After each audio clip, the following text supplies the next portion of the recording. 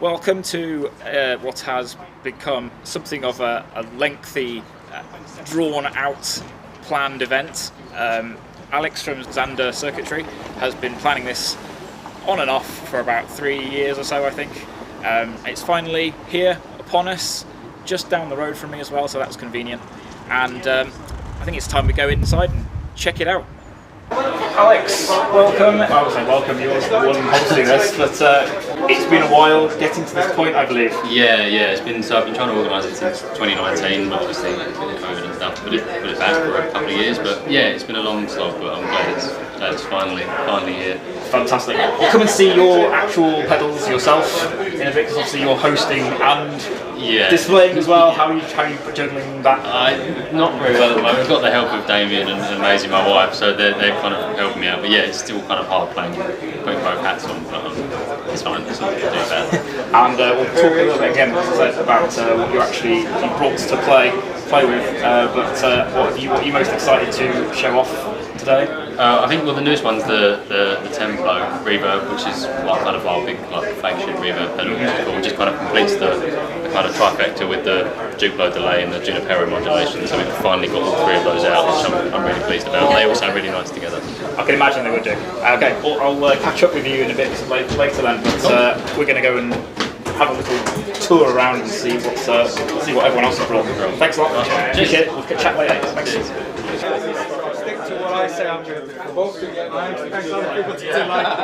Ben from Vane Tap. Nice to meet you, sir. Nice to meet you, Phil. What have we got here then? You can show us. Put me on the spot now. A little bit. That's what I do. A little bit nervous. Okay, well, basically we've got some fairly standard with a little bit of a twist gain pedals here. We've got the Little Horn Boost. What that is, it's a 24 decibel boost with a tone control. Okay. Because I noticed when I was using the first few versions that some of it could get quite treble and quite harsh. So we've got the roll off for that. We've got St. Blues, basically a true bypass bufferless TS808. Because you need a TS808. It's got to happen. It's got to happen. St. Rock, that is the, well, I mean, I had a gentleman here earlier playing a bass 6 with it. That's as far as he got the volume. Because he wanted to live. We're very proud of this one. He's just loud, horrible, noisy, and wonderful. We've got St. Doom. He's a silicon fuzz. He's based on a fuzz face, but we've added a tone control. Because I wanted one, frankly. This is Angel of Blues. This is, when I was putting him together, I just thought to myself, what do I want from a tube screamer? So I added a little bit of stuff. For instance, there's the omnipresent diode clipping switch. Yeah. You've got to have that asymmetrical and symmetrical. But this switch here, that takes it from a standard overdrive that you'd lose with a twin, with a clean amp. You flip it up and it becomes something that you'd push a high gain amp with. So a little bit less gain, a little bit more treble. Because I play a lot of metal because I've not got over that stage of my life yet. So I'll put that with a low gain and a comparatively high treble in front of a dual rectifier to give it that bite, to give it that attack. This is Dark Triad. It's got a little bit more gain than either of these two, and it's got the 3-band EQ, the bass, middle, and treble.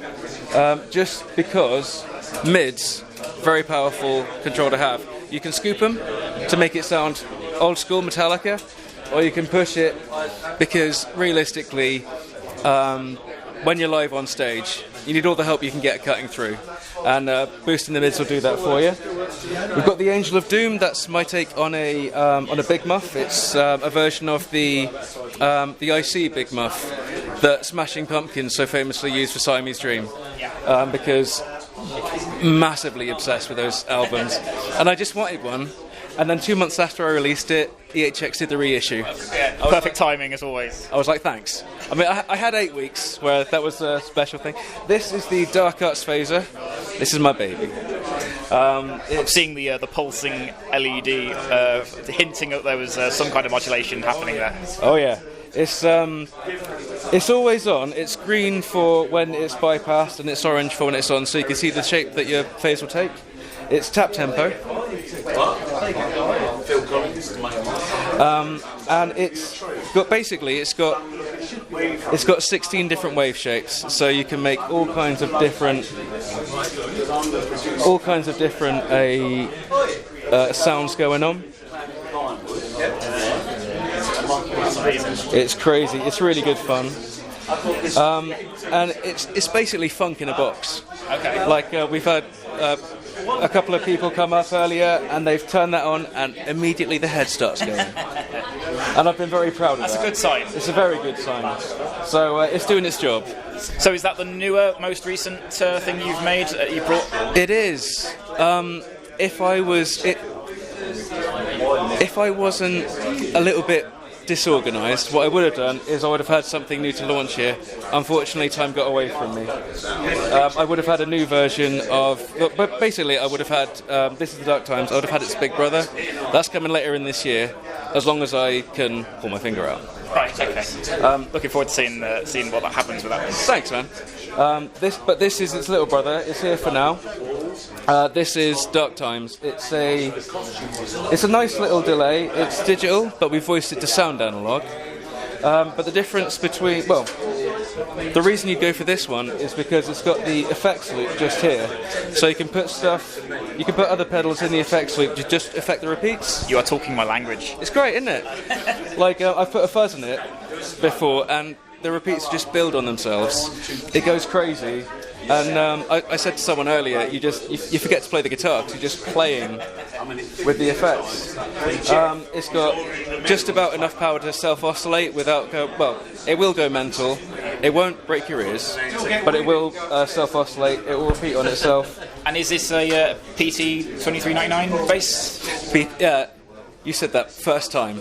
PT 2399 bass. This is not my first time. I've typed it out so many times before. You practiced. I've typed it out plenty of times. I'm not very technical. I do know like a couple of things here and there. Just like But yeah, exactly. It's one of my favourite sort of bases for a delay. Absolutely. Actually, while I've got you, you will probably have your own take on this. I've heard so many different arguments, debates versus that chip. Is it digital or is it analog? There is digital stuff happening, but is the debate whether it's like affecting the actual signal path? To me, if it's not full analog, then you can't call it analog. Right. So to me, it's digital. If it's not an actual piece of tape going around a machine. Legit. Right. Because if I saw that as an analog delay, I would be cheating people. Right. So I say it's a digital, voice to sound analog. Right. Is my take. I hope that's correct. I hope I don't start any flame wars on forums. I think as pedals go, it's like the Tonewood debate, like for pedals. I think Legit. sometimes talking about chips and things. Exactly, like because that's my background's more in like I started this because 11 years ago I couldn't afford pedals, so I had to build my own. Right. And yeah, it's all driven from like more from a player's perspective than from a technical perspective. So great stuff. So that's my stuff. So we've got boxed up versions here ready to pass out and hand to people. We've got a couple to flog. Not quite as many as I'd like, again because of disorganisation. But yeah. And parts being of short supply as well, I'm guessing. Oh, absolutely. In a big way. Yeah, we love that. At the moment, yeah. Brexit being what it is. Exactly. Unfortunately, but that's the world we live in, and I'm just grateful that we can all be here today, basically, because I don't know how many times this was. It's like been reorganised, cancelled, or postponed 3 times or 4 times or something. Like Alexander, he must have been going crazy. I can't imagine how he's pulled this off with everything going on. So fair play to him. I mean, just putting this together has had my hands like that. So that guy. I've been stressed, and all I'm doing is filming other people doing their work. So I can only imagine. Ben, thank you very much. Thank you, Phil. We're here at Bright Onion with James. How's it going, sir? Right, yeah, good. Meeting lots of people today, which is nice. Fantastic. You've got quite an array here of some interesting routing and utility options. What can you tell us about? We make lots of utility pedals for pedal boards. Lots of routing stuff. Got lots of AB pedals, ABYs. Then we got a whole bunch of loopers. Got a new tap tempo that we're just releasing, and lots of patch boxes as well. It's basically controlling all your pedals in one go, basically. So it's something for pretty much every potential problem that I can imagine being here. Is there anything here that you're particularly proud of, or is new that you wanted to show off? The master tap here. This is it's literally haven't advertised it yet, but it basically means you can use it on lots of different delay pedals because you're gonna set the type internally. So if you change out your delays, you can still use that for a different one. That's pretty cool. I like you've got the little cheat sheet inside as well with all the dip switch positions. That's pretty impressive. Yeah, no, I'm pretty happy with that one actually. And how many things can it control? How many outputs? So we've got the one that does 2, and then we've got one that does 4. And the one that does 4, you can also plug in a remote for it, so you can use it for like your sort of programmable looper that can control it that way. So you can have it underneath the board. And I was just going to say that so you could hide a lot of these things out of the way if it's just doing like one job or that's amazing. Yeah, no, really happy with that one actually. And our AB wise, they're probably our most popular sort of pedal we use where there's actually signal going for it. It's, Yeah, I think everyone at some point or another has been scrolling through eBay or wherever and seen Bright Onion things for sale at like the. Obviously, you cater for like a lot of the budget end of the scale, which is admirable as well. Which is a very useful, valuable thing for a lot of players on a budget. I mean, there's lots of pedals and they're all useful, but some people sometimes forget that they could use them. So by keeping them nice and affordable, it kind of entices people more into going for it. But yeah. Awesome. Thank you very much for showing us through some things, and all the very best. Have a great show. Cheers. Thank you. Take care. Welcome to Joe's Pedals. Joe, nice to meet you, sir. What have you brought? There's obviously a lot here, and there's a lot here. I mean, I was trying to bring something of everything, but it got out of hand quite quickly, actually. But I've got a lot of most of the brands I have. All the kind of Blue Colander, the BJFE, the Fox Rocks, Red Witch, Stomp Underfoot, Black Arts, Subdecay, Damnation Order. I mean, it just goes on and on. I know, there's an impressive amount of stuff, and my eye is immediately drawn to the Spiral Effects as well. I've always wanted to try what a legend. Tom X, yes. It's really good. I mean, the Demi's really nice. It's one of those kind of fantastic all-round fuzz pedals that kind of does such an array of fuzz tones. This one. And it's like a Carcosa V2 almost, isn't it? It's obviously he's the guy behind Digitech and DOD and all that kind of clever stuff. But I also bought the Allura, which is my favourite of his. It's just a really gnarly kind of fat, bottom-endy kind of fuzz pedal in that one. It's lovely, really, really nice. Great stuff. And for anyone that might not be aware, can you tell us a little bit about Joe's Pedals, what you do, and your ethos? I'm a pedal dealer, so I buy and sell pedals, and have been doing so for a long time. I mean, certainly over 10 years. I mean, Joe's Pedals has been going since 2010. Before that, I worked in a shop in Denmark Street, buying in pedals from all the kind of like niche American builders at the time, like Subdecay. Brian was one of his. There was Homebrew Electronics at the time, that no longer going. But the Malaco stuff, he's more kind of modulation and synthy stuff now, but he still makes some fantastic musical modulation pedals, which are just they take you somewhere else. I've always wanted to try some of the how do you say it? Malaco? I say Malaco. Okay, Malaco, that works. Yeah.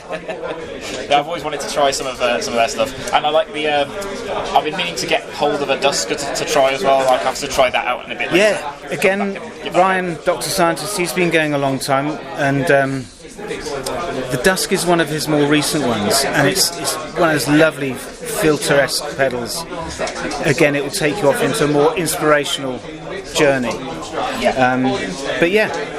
There's some fantastic stuff, and people are welcome to come along and have a go on some things. And there's also the clones. I was going to say that's immediately the eye is drawn to the dual. And it's great because everybody comes in and goes, "Is that a real one?"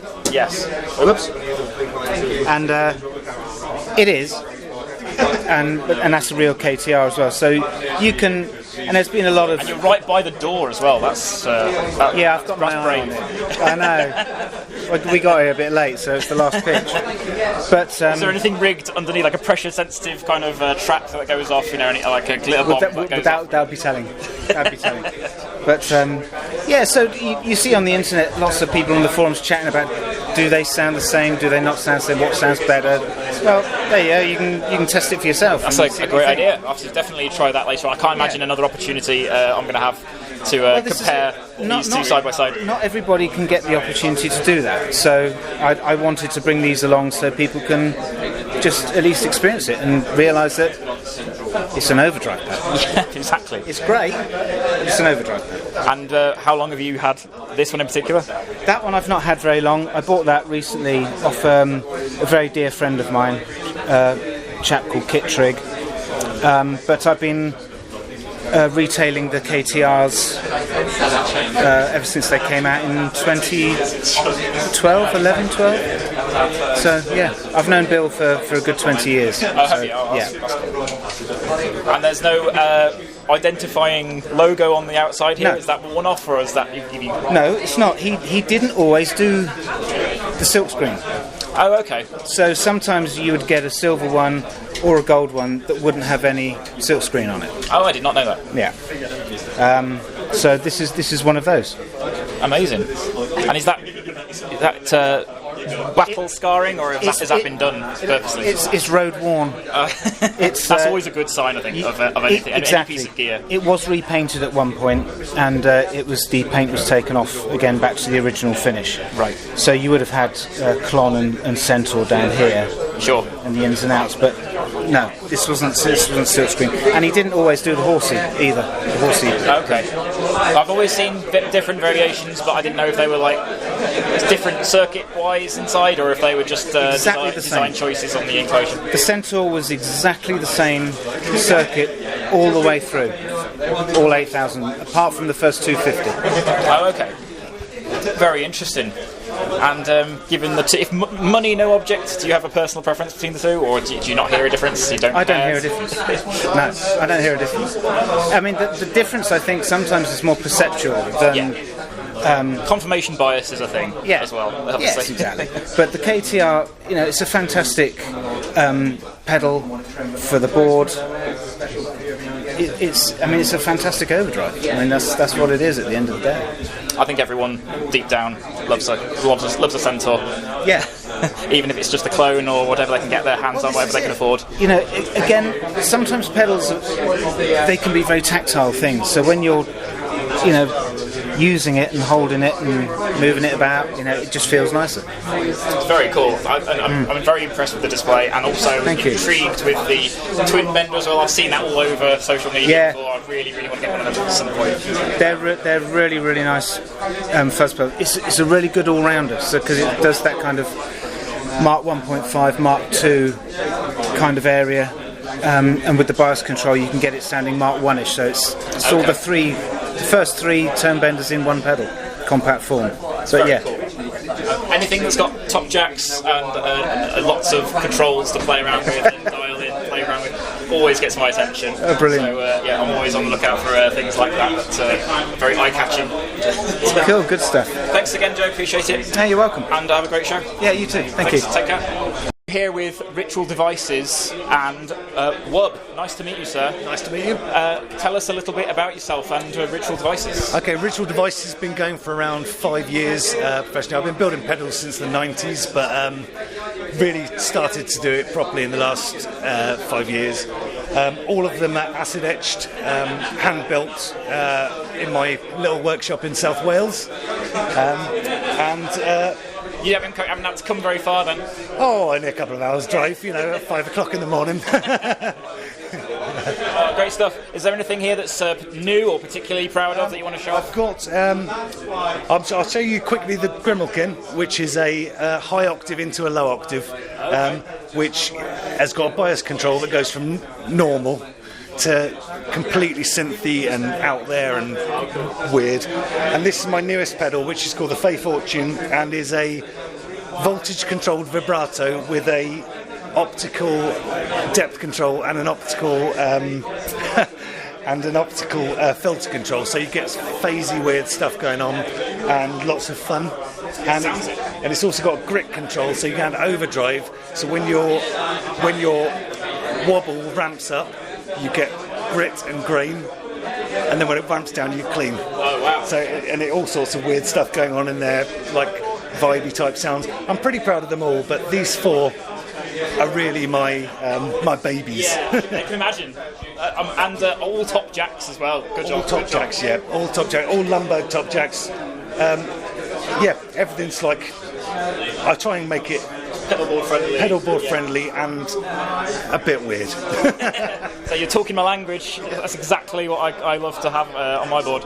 I like the off-center foot switches as well. That's a nice touch. Cheers, thank you. I like the you got the knobs below the switches as well. That's a pretty unusual kind of setup. The reason I did that was because the amount of times I've stomped on switches and broken them, I thought they're staying above the knobs, because then at least I will know that people will be safe.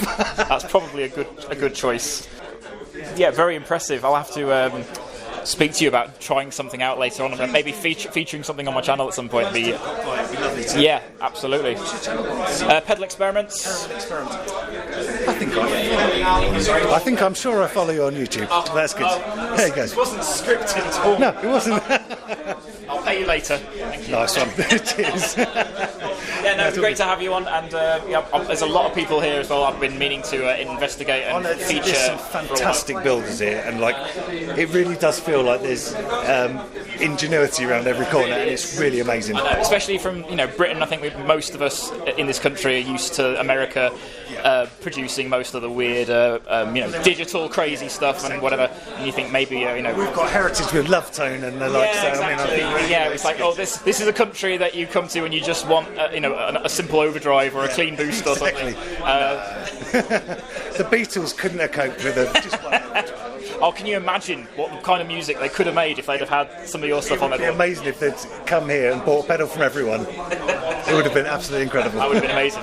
Yeah. Thank you very much. Thank you very much. We'll come by and swing by in a little bit and try some of this stuff out. Thanks a lot, Roger. Hi, we're here with James, and I'm sorry, what was the name of the company? James is Homertone. Homertone, great stuff. What can you tell us about what the setup you have here? And well, I mean, I'm an online retailer, predominantly online retailer. I do guitar setup stuff on site as well. I mean, I do guitars, accessories, obviously pedals as well, parts, a lot of guitar parts and wiring parts and stuff. But yeah, so it's really nice actually with this show, because normally I do an exhibition and I have to showcase everything that I offer. So this one, the opportunity to just focus in on pedals was really nice, because I mean, there's some cool brands here that I'm proud to have. So it's nice to just focus on that really. Definitely. So today I brought all the pedal brands I do, some of the pedal accessories, pedal boards, Evidence audio cables, Loaded for Bear cables, which are handmade UK ones, and then the various pedal brands I do, so it's a bit of a mixture. So yeah, you've got quite a few brands that are already showing. I've already got booths and things we haven't seen. That's right, yeah. So people like Tate FX is upstairs and stuff. We'll go see them in a minute. Yeah, man, good man. But then you've got people here that aren't represented. You've got 4P, they're not here. Obviously we're kind of limited, aren't we, with the space here? I don't think everybody could make it. Well, this is it, isn't it? And sometimes like clash of calendars or anything like that. But there's some international brands that I'm the only UK dealer for, so it's nice to try and get those out there. Which are your bigger or most popular kind of import stuff? I mean, the Ground Control Audio has always been a popular one. I mean, he's got some artists on his roster like Yvette Young, guitarist in Covet. So I mean, she uses 2 or 3 of his pedals now. So obviously with her under his belt, it's kind of been a popular one. That's a good one to have. Exactly, yeah. So it's that's been a popular one for my overseas ones. Obviously Benson amps as well, with their pedal range. Amazing, yeah, great. It's a real simplistic kind of range with just fuzz, boost, and preamp. But I can say this because they're not here, but Benson have always been like a brand that I've been quite what's the word? apprehensive about believing the hype. You think like, ooh, those are pricey. You know, it's like exactly. It's like this. You got to have down here the germanium boost. I've actually got a mate sending me one to try. Amazing. That's the best way to try one. Is Exactly. Exactly. So I've heard from the guy that is sending it to me that he also felt the same way as me until he got one, and now he absolutely loves it. I was utterly obsessed with their amps, but obviously they're pretty impossible to even hear, let alone get your hands on one. Exactly.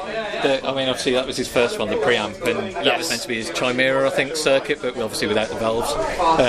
And I was very impressed straight away, and it's kind of it's a dream pedal for me. One day I'll keep one off the shelf for me. But I mean, that's not too good for business doing that, so I tried to control it. But you have to make some money as well as enjoy the things that you. But it's nice because I mean, if there's things that I'm intrigued in, or or a new pedal comes along, it is lovely to kind of experience that for myself and learn about them. Is there one pedal here that you, if you could just decide to keep hold of it, not sell, like, oh, actually no, I kind of want to hold on to that one? Are you on the fence with anything? I think Benson preamp. I mean, this one, funnily enough, is one that he sent me as a demo. It's a very good Amco. It's an American company. I have seen these on social media quite a lot. He sent me one just to do demo work with and stuff, and so obviously I've had one on my little board at home, and I fell in love with it. So yeah, I think I'd like to keep one for myself. But that's a great pedal. But, and one did sell today that I absolutely cover. I love it. It's the Yellow Cake FX Lider machine. Oh, okay. Which is like an analog resonance filter with like the LFOs, and it's a weird and wonderful one. But then you can also get those like Hendrix vibe kind of sounds out of it as well. So it's like I thought it would be just a pedal that's just for noisemakers that love making soundscapes and stuff. Yeah, that's me. You realise that it's so much more, and great stuff. I really want to try that camouflage as well. Everyone's been raving about that thing. This is the thing with Thorpe. You can pretty much guarantee that everything he does is going to be really good. Yeah. Definitely have its uses for. It's built well. Like I mean, Thorpe was a brand that I was really kind of working towards. It was a dream brand to stock kind of thing. So it's nice. I mean, we kind of started a relationship with his stocking the Redbeard stuff, and then that kind of gave me a bit of a foot in the door to start stocking Thorpe. So it was nice, really. He's a lovely guy. It's a small world in this community, isn't it? It doesn't take much. And I mean, I'm still very much learning in the pedal world as well. I feel, being across with somebody like Joe's Pedals that's just got such an incredible knowledge of the wonderful world that is effects. I feel like I've got a long way to go to match his kind of knowledge and experience. But everyone's got to start somewhere. Yeah, exactly. I mean, I've been running the shop since 2015, and I must admit, early on, pedals were the thing that I was kind of scared of almost, because it is such a big, overwhelming world of amazing stuff out there, and I've kind of really knuckled down to learn more about it all and find the brands that have interested me, and they've kind of helped me learn the processes as well and learn more about how they work. So it's just been a great experience, really. It's nice sounds like it. Yeah, I've enjoyed it for sure. Well, all the very best. Thanks for having a chat. Yeah, and really appreciate it, man. We'll probably swing by a little bit later on and see you again. But all the very best. Have a great show. Yeah, thank you. Thanks. Yeah, take care. Here with David Rainger of Rainger FX. I think don't think there's anybody here that hasn't heard of you by this point. Really? I mean, I would say so. I mean, most people are familiar with your incredible creations that you've got on display here. Anything that is new for 2022 that you want to talk about? Yes. Well, the other week we brought out the Echo X pedal here, which is a mini pedal. It's a digital delay, and it's safe to say it's the world's first gated delay pedal. So when you stop playing, it shuts off the repeats completely, which is a nice kind of cut-off effect. Makes it sound a bit like a sort of sample guitar. Adds a really interesting kind of chirpy edge to notes that you're playing, and then it disappears at the end. Or you put a lot of feedback on, play a chord, and you get the raging fast feedback. But then change to another chord, and it stops, does the next chord. So it adds a whole different kind of a sort of a mood of things going on behind. Right. Another level of feedback and distortion over your distorted Sounds guitar. Like it's a very dynamic thing to have in your rig, and your sound design is responding to how you're playing. Yes, that's right. It's quite unique. It's quite kind of musical in the way it adds the reverb. It chops it off if there's a little gap in your playing. That's very useful. I imagine with distortion as well, that's a very important thing to have when you want your notes to be heard through like the ambience and cut back in. And sometimes you want a long delay, but sometimes you want it to just keep out the way, to have the effect, and then to stop, and to sound attention grabbing by that as well. And with the Igor controller, it comes with this pressure pad controller that you lean on, and you can control the sound in a variety of ways. You can change the speed of the delay, you can change the amount of feedback, you can also put it on this send setting that we called it, that it reminded me of like on a mixing desk. If you're mixing a track, you might kind of on the send control just send something like crazy to the echo and it will echo away, and that's what that does. So if you have it to a long repeats, a lot of repeats, a couple of tasty notes in a solo, you just lean on that for that moment, and they spin away forever, kind of thing in the background. You carry on playing the rest of the song or whatever, but you're live mixing your own sound, and it's just an easy way of doing it in a little mini pedal format.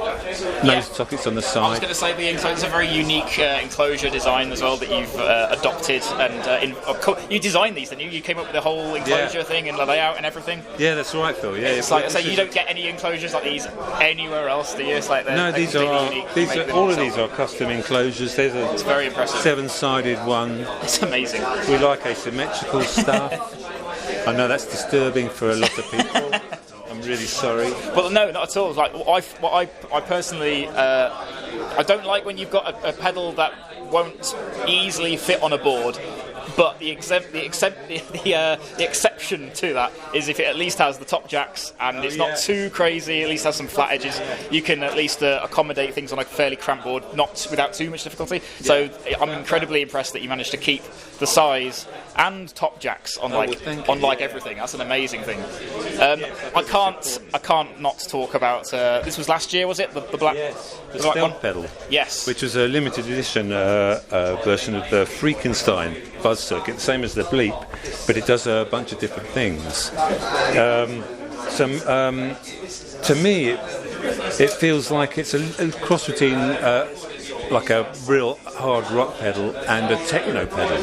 Okay. It sort of bridges that gap. It has a step modulation thing instead of a sine wave. It goes in steps, which you can get in time with the music, and you add a different kind of level of interest to the sound there.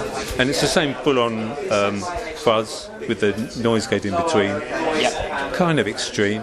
Well, we do like that. I've had my Bleak on my board for about a year now. And, great. I think you saw before I had the two at one point. There was a very short period of time there was an overlap between I had an orange one and a green one. I got 4 of them going at one point. Oh, really? And tuned all the Bleaks to be were they in series? A big minor chord, yeah. Yeah. So it had a weird sort of a sequencey thing. It was like playing a primitive sequencer.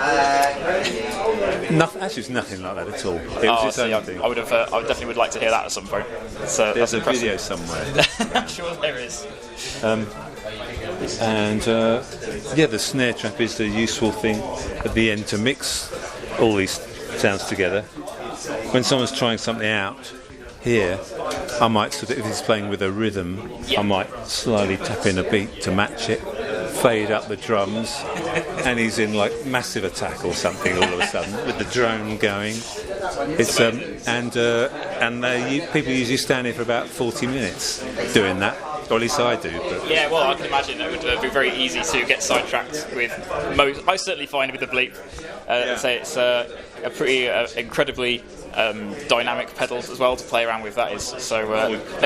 All the kind of the in between parts when you stop playing and all the LEDs and the glitching starts happening. Yes. Oh, it's amazing, so good. It's basically, if it keeps you playing, if it makes you play and you play longer than you were intending for, and you write a new riff, and you hit single, that's what it's all about. Just keep playing and keep inspiring and come up with anything, new ideas. Well, what I find is it inspires me when I'm playing it, but then it also inspires me to stop playing because it like rewards you for stop playing when you do eventually stop playing through it. You get all this crackling glitchiness going on. It's like, oh, that's amazing.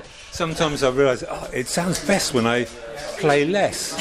I've felt this way for years. That's nothing to do with the Bleak. So thanks very much for having a chat with us. No problem, Phil. And we'll see you in a bit. Thanks a lot. Cheers. Thanks. Cheers.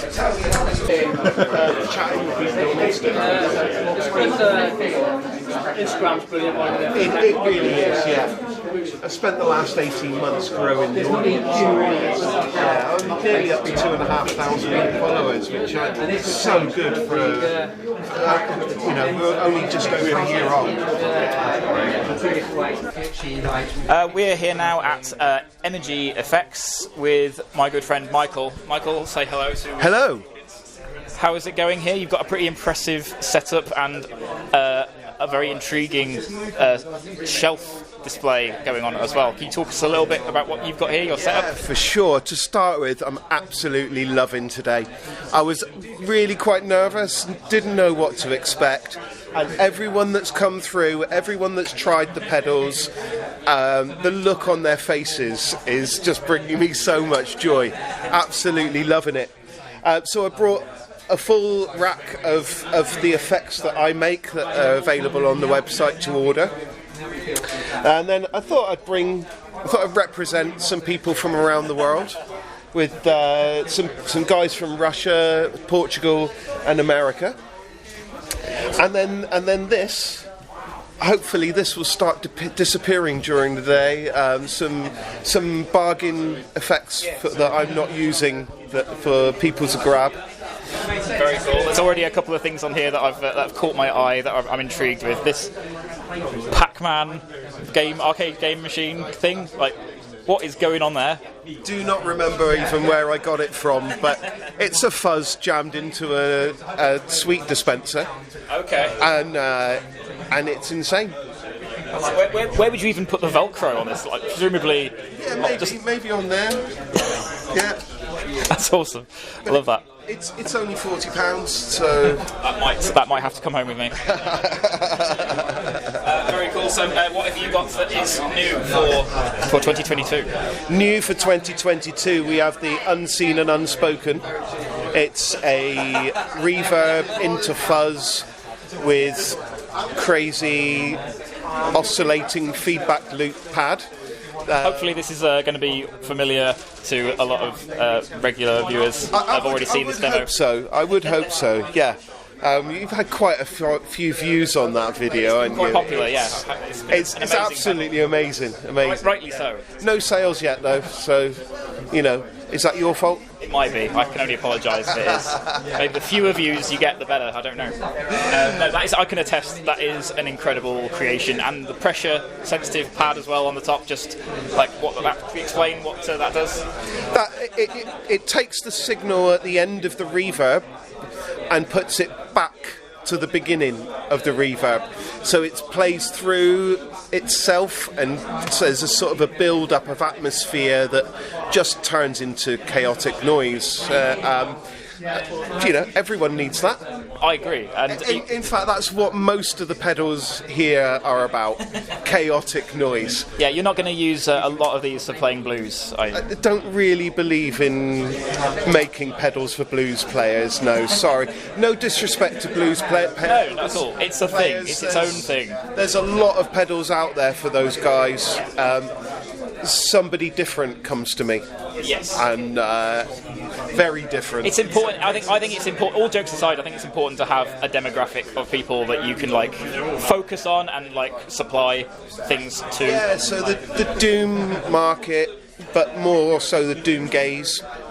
I've had several Doom gaze artists come to me for the best one recently was a band called Megaton Leviathan, and he wanted a triple fuzz, so I gave him a double fuzz and a delay. But as you know, my delay can also be a fuzz, so he got the best of all worlds there, and it's all types of chaos, and he's kind of really pumped for it at the moment, and he's going to do a little demo as well, not to take away credit that's from fine. you. I get it. Diversity and all that, but also the shoegaze market, I feel, it never went away. shoegaze was there back in the late 80s, early 90s, and then, but it never went away, and now it's come back in full force, and there's loads of bands out there creating that wall of noise, and this is the board for them. Very cool, and as I've already attested to previously, your stuff is awesome. So Thank you. It's always Thank great. you so much. And you've got my own personal later and later delay on here as well, which Well, I'm keeping a close eye on. That one's yours, and that one's yours, and that one's yours. It is indeed. I'm keeping a close eye on all of these. You're not going home with them. No, for sure. While I'm here, also, you've got another board here that isn't your stuff, but you've represented a few I thought builders that from there's abroad. some super talented builders around the world that aren't getting the representation that they deserve. A super good friend of mine in Portugal makes these two, and they are amazing. It's a muff pedal, and that's part of his problem. He's selling a muff pedal, and people can already buy lots of muff pedals, but this one's it's totally different. I'll leave it with you to make a demo. That'd be awesome. Yes, please do. Sure. I'll be grateful. And then there's some builders from Russia, and they're obviously having a bit of a tough time at the moment with the sanctions on the country, and the people of Russia are really suffering, as well as obviously the people of Ukraine are really suffering. Can we say fuck Putin on this video? I think that won't make. I don't think that will make the cut, but we'll see. And a couple of pedals from my good friend David in America, who he is the whole reason why I build pedals in the first place. And Electric Squid Industries. You can see the logo there, fully represented. Let's take Electric Squid. Very cool, and of course the wonderful Shushel. I don't know, is that how you say Shushel pedals? The envelope filter here. Shushel. Shushel. Yeah. Is it Shushel? Shushel. There's two shushes. Yeah, I'm going to let you do the pronunciation on that. Shushel. Yeah, maybe it is just Shushel. Have you been saying three shush? Shuz? Shush. Well, actually, every time I see it, I go SHSHL. Oh, okay. Well, that works as well. It might be. We need to refer. We need to check in with Andrew at insert. I'll overdub the correct pronunciation. He's not called Andrew, by the way. Is he not? I thought he was No. I've been saying it wrong. That's his last name. Oh, really? Yeah. You playing with me? No.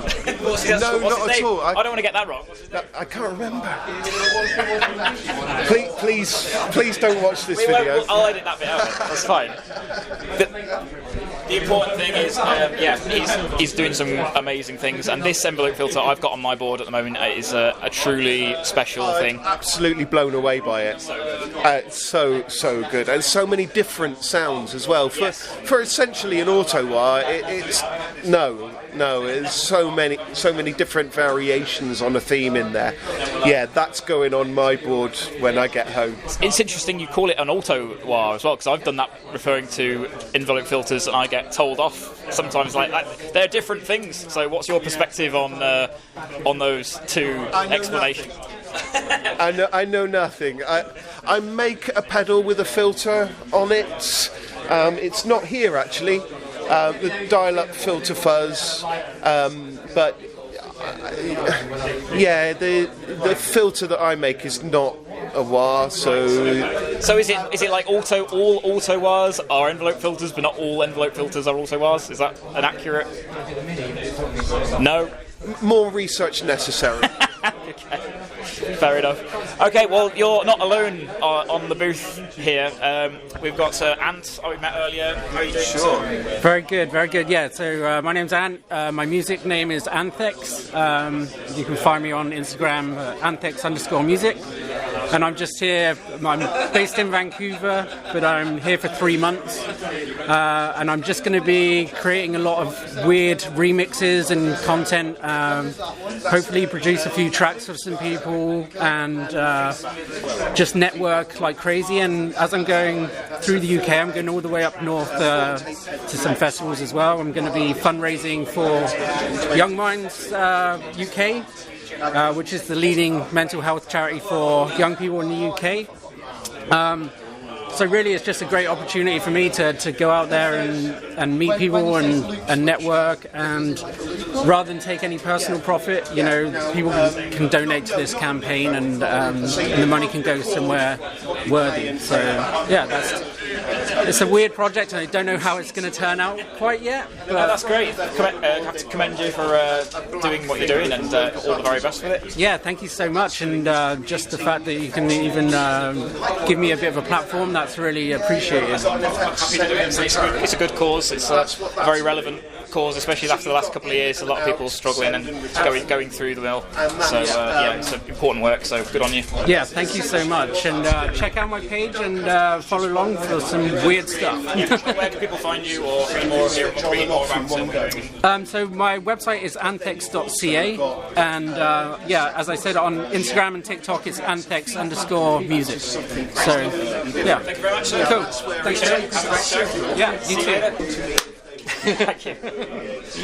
Here we are at the NRG Effects booth with Neil. Nice to meet you, sir. Hello, nice to meet you. Yep, great to see you. And can you tell us a little bit about your ethos, your what you've got here with you to display and talk about? Yes. These are my pedals that I build. There's a lot to cover. There is quite a lot to cover, including a few new things. I was going to say, you want to start with the new stuff, like what you've got to that's... Yeah, I guess my thing is how I build stuff. Very particular. It's very handmade. I mean, the only thing I outsource is the laser engraved faceplates of these new pedals.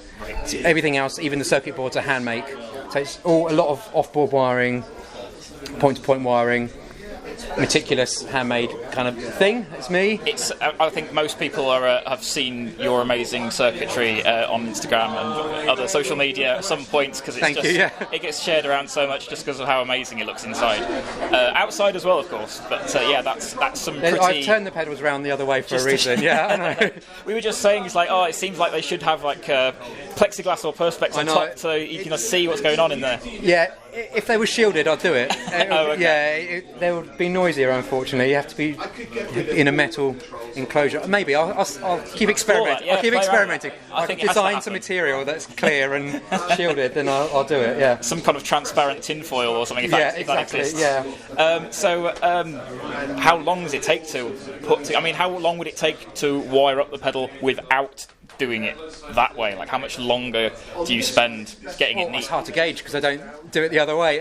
You've always done it that neat way. I kind of did it that neat way because it was easier for me, because I just wanted it to be to be that good. Yeah, and took my time to build things. And hang on a sec. That's all right. Just having a little bit of a bit of a spin, moment. a bit of a dance. Okay, sorry. Yeah, the whole kind of like thing about taking all the wires neatly around is as much for me to like know where things go to and to keep things neat and serviceable, because I come out of being originally a luthier but a guitar tech and working on tour for people, so I know how important it is to be able to look after things, have things roadworthy. It's about it being... So it's not just about neatness. It's not just about aesthetics, it's just nice that it looks nice. You know what I mean?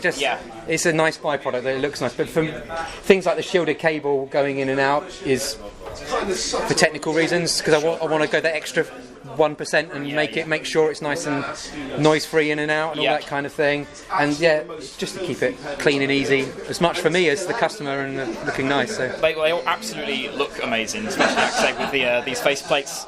But they're fantastic as well. Yeah, really, so moving into these are new. These are pretty much all new in the middle here.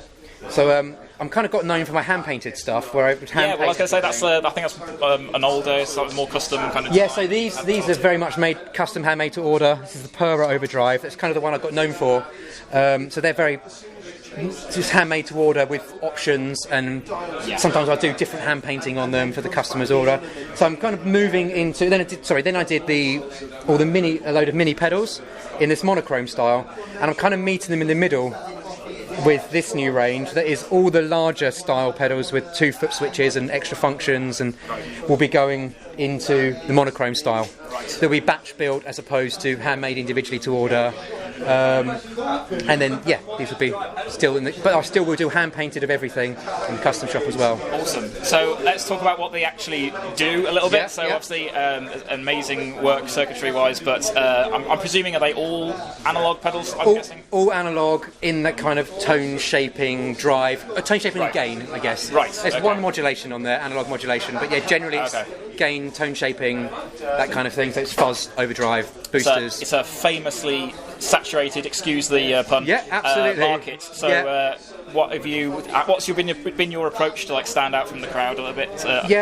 Well, I don't do any kind of clones of stuff, so nothing. All of my stuff is an original design. Obviously, I'm not reinventing electronics, so it's come from somewhere. Yes. So, for example, my Nora did start life in the rat camp, but has fled far away from it in the end, like Chinese whispers. Yeah, exactly. So you start off in that zone and experiment. So a lot of my stuff comes from a classic place that people will understand, but then I've taken it somewhere to do a job that I've usually personally been after, because I'm, from playing myself and knowing a lot of players, what do people want? So, my Humper Mini that's a mid-range focused boost is something that I know so many people use a tube screamer with no gain on. It's like, well, let's make a booster that sounds like a tube screamer that has no gain in it, but it has more function. So then you can then shape a tube screamer, but you can change the low and the extreme low and high cut of a tube screamer and use it as a boost. So use it pre-gained, that kind of thing. Very cool. Twist something, spin it on its head, kind of thing. And is there one particular pedal? I hate to do this to you. Is there any one pedal here that you're particularly proud of, or is like a personal accomplishment? The Per Overdrive was where it kind of started for me. Which one is this one? So we have the hand painted one. The new version, it's currently backwards, so you can see the wiring. That will look like this. That isn't released yet. There's the monochrome version, and there's the insides, and there's the mini version that is there. It's the insides and with its clothes on. Very cool. That started things for me. That was about making overdrive that I was happy with. I bought, modified, and sold so many. That was the overdrive I was happy with. I think we've all done that. So that's where it started for me. And then lately, it's probably my Mauler fuzz. That's the one that's getting a lot of attention. That's my kind of. Again, starting. You can't have too many fuzz pedals, can you? I realised that I never formally released vintage style fuzz, like 2-transistor fuzz. So it's my take on the 2-transistor fuzz thing with some extreme things like feedback oscillation and, very cool. Interesting controls. You've got a really cool design logo on there. It's very, very eye-catching. Is that yours? Have you done that yourself? I did that a couple of days ago. Yeah. Oh, wow. Okay. Left that till the last minute. I left that. Yeah. No, very organised. Sorry, I did that. Yeah. No, it's very impressive. Thanks very much. No problem. Thanks for talking to us, Neil. And we'll swing by a little bit later. Thank you. Thanks a lot. Cheers. Okay, we're here at Pedal Patch with Phil. It's a great name. Nice to meet you, sir. Nice to meet you. And what have you brought with you today to show off and demonstrate? So my main product is my solderless patch cable system. So I do solderless patch cables, so audio cables for guitarists, as well, any application really. But so the main benefit of these is obviously solderless, being easy to make. You can use them in right angle or straight configuration using the same connector. And I also have solderless DC cables as well for powering your pedals. These ones are a new one, have only come out this week, so it's a new design we've been working on. So yeah, that's really good. Also do sort of other accessories to do with wiring up your pedal board, so patch panels. I do small and large versions of these, so they're quite handy. They can attach underneath your board and give you a nice neat ins and outs. Velcro for your board, cable ties, pedal toppers, everything you need to sort of one-stop shop for all of the utility stuff. All of your and plus I do have some other accessories. I've got other cables and strings and bits and pieces, but But yeah, you brought a little selection with you to demonstrate your. Yeah, these are just like, that's my gig board, and I've got my other board. It's just a demo board, really. But yeah, it just shows you how space saving the connectors are for when you're trying to put pedals close together, because they are. It's all very important when you've got, obviously, anyone that loves their pedals knows, you're trying to fit as much on to a board as try possible. And get as many on there as possible. Yeah, but they particularly work really well in switches where inputs are really close together. So yeah, they're just really space saving because they're so flexible. You can get them to within fine distances of each other, and they're just really easy to make and custom sizes. But I do them in various sizes of kit. So I've got small, medium, and large kits, as well as like single cables, and I can supply custom kits to anyone if they need a certain amount for a particular board build, so. Very cool, and that's awesome. I have to ask, as a pedal nerd, I'm sure anything that you're particularly excited about here? I've seen a lot of things I really like here. There is a lot. I think one thing that's really got my interest is Indifferent Engine over there. They've got a 3D printed Tate delay, which is really cool. I'm looking forward to going and seeing them. Yeah, you need to show everyone that because it's really cool and really, really different. But there's too much good stuff here to name. So yeah. And the fact that all of this is coming out of the UK as well is a really amazing thing as well. To feel like good to have a bit of a showcase for the talent that's here. So yeah, I mean, I'm just a facilitator for making the pedals work with my audio cables. They make the cool stuff. Don't want to downplay what you're doing, your contribution. It's a very important thing. If all you need is one cable to go in the middle of the show. That's right. That's it. The show's go over, and pedals don't make noise without cables. So. Exactly. So don't sell yourself short.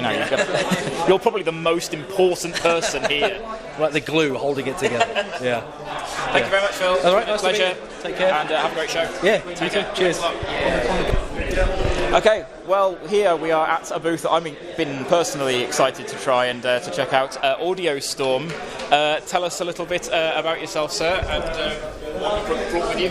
Brilliant. Hi. Okay, so I've been making these sort of professionally for a couple of years now. Obviously making for many years before I turned professional with them, and I've been doing a range of different effects pedals, and I'll start with the best and most recent. This one is the pinnacle of where I've achieved, which is a tube screamer type pedal. I've tried to evolve it, like a lot of other people have, in fairness, to be more versatile and more interesting and do some really useful things. And my big selling point, my big thing I want to do is make things really usable. I want guitarists to be able to just go down and turn things and immediately always get a good sound, not have that things that don't work. So we've got a really cool little circuit in here that balances the levels between the clipping types. So on a lot of other ones I've used, you go to germanium, it goes very quiet, you go to MOSFET, it goes very loud, and this just doesn't do that.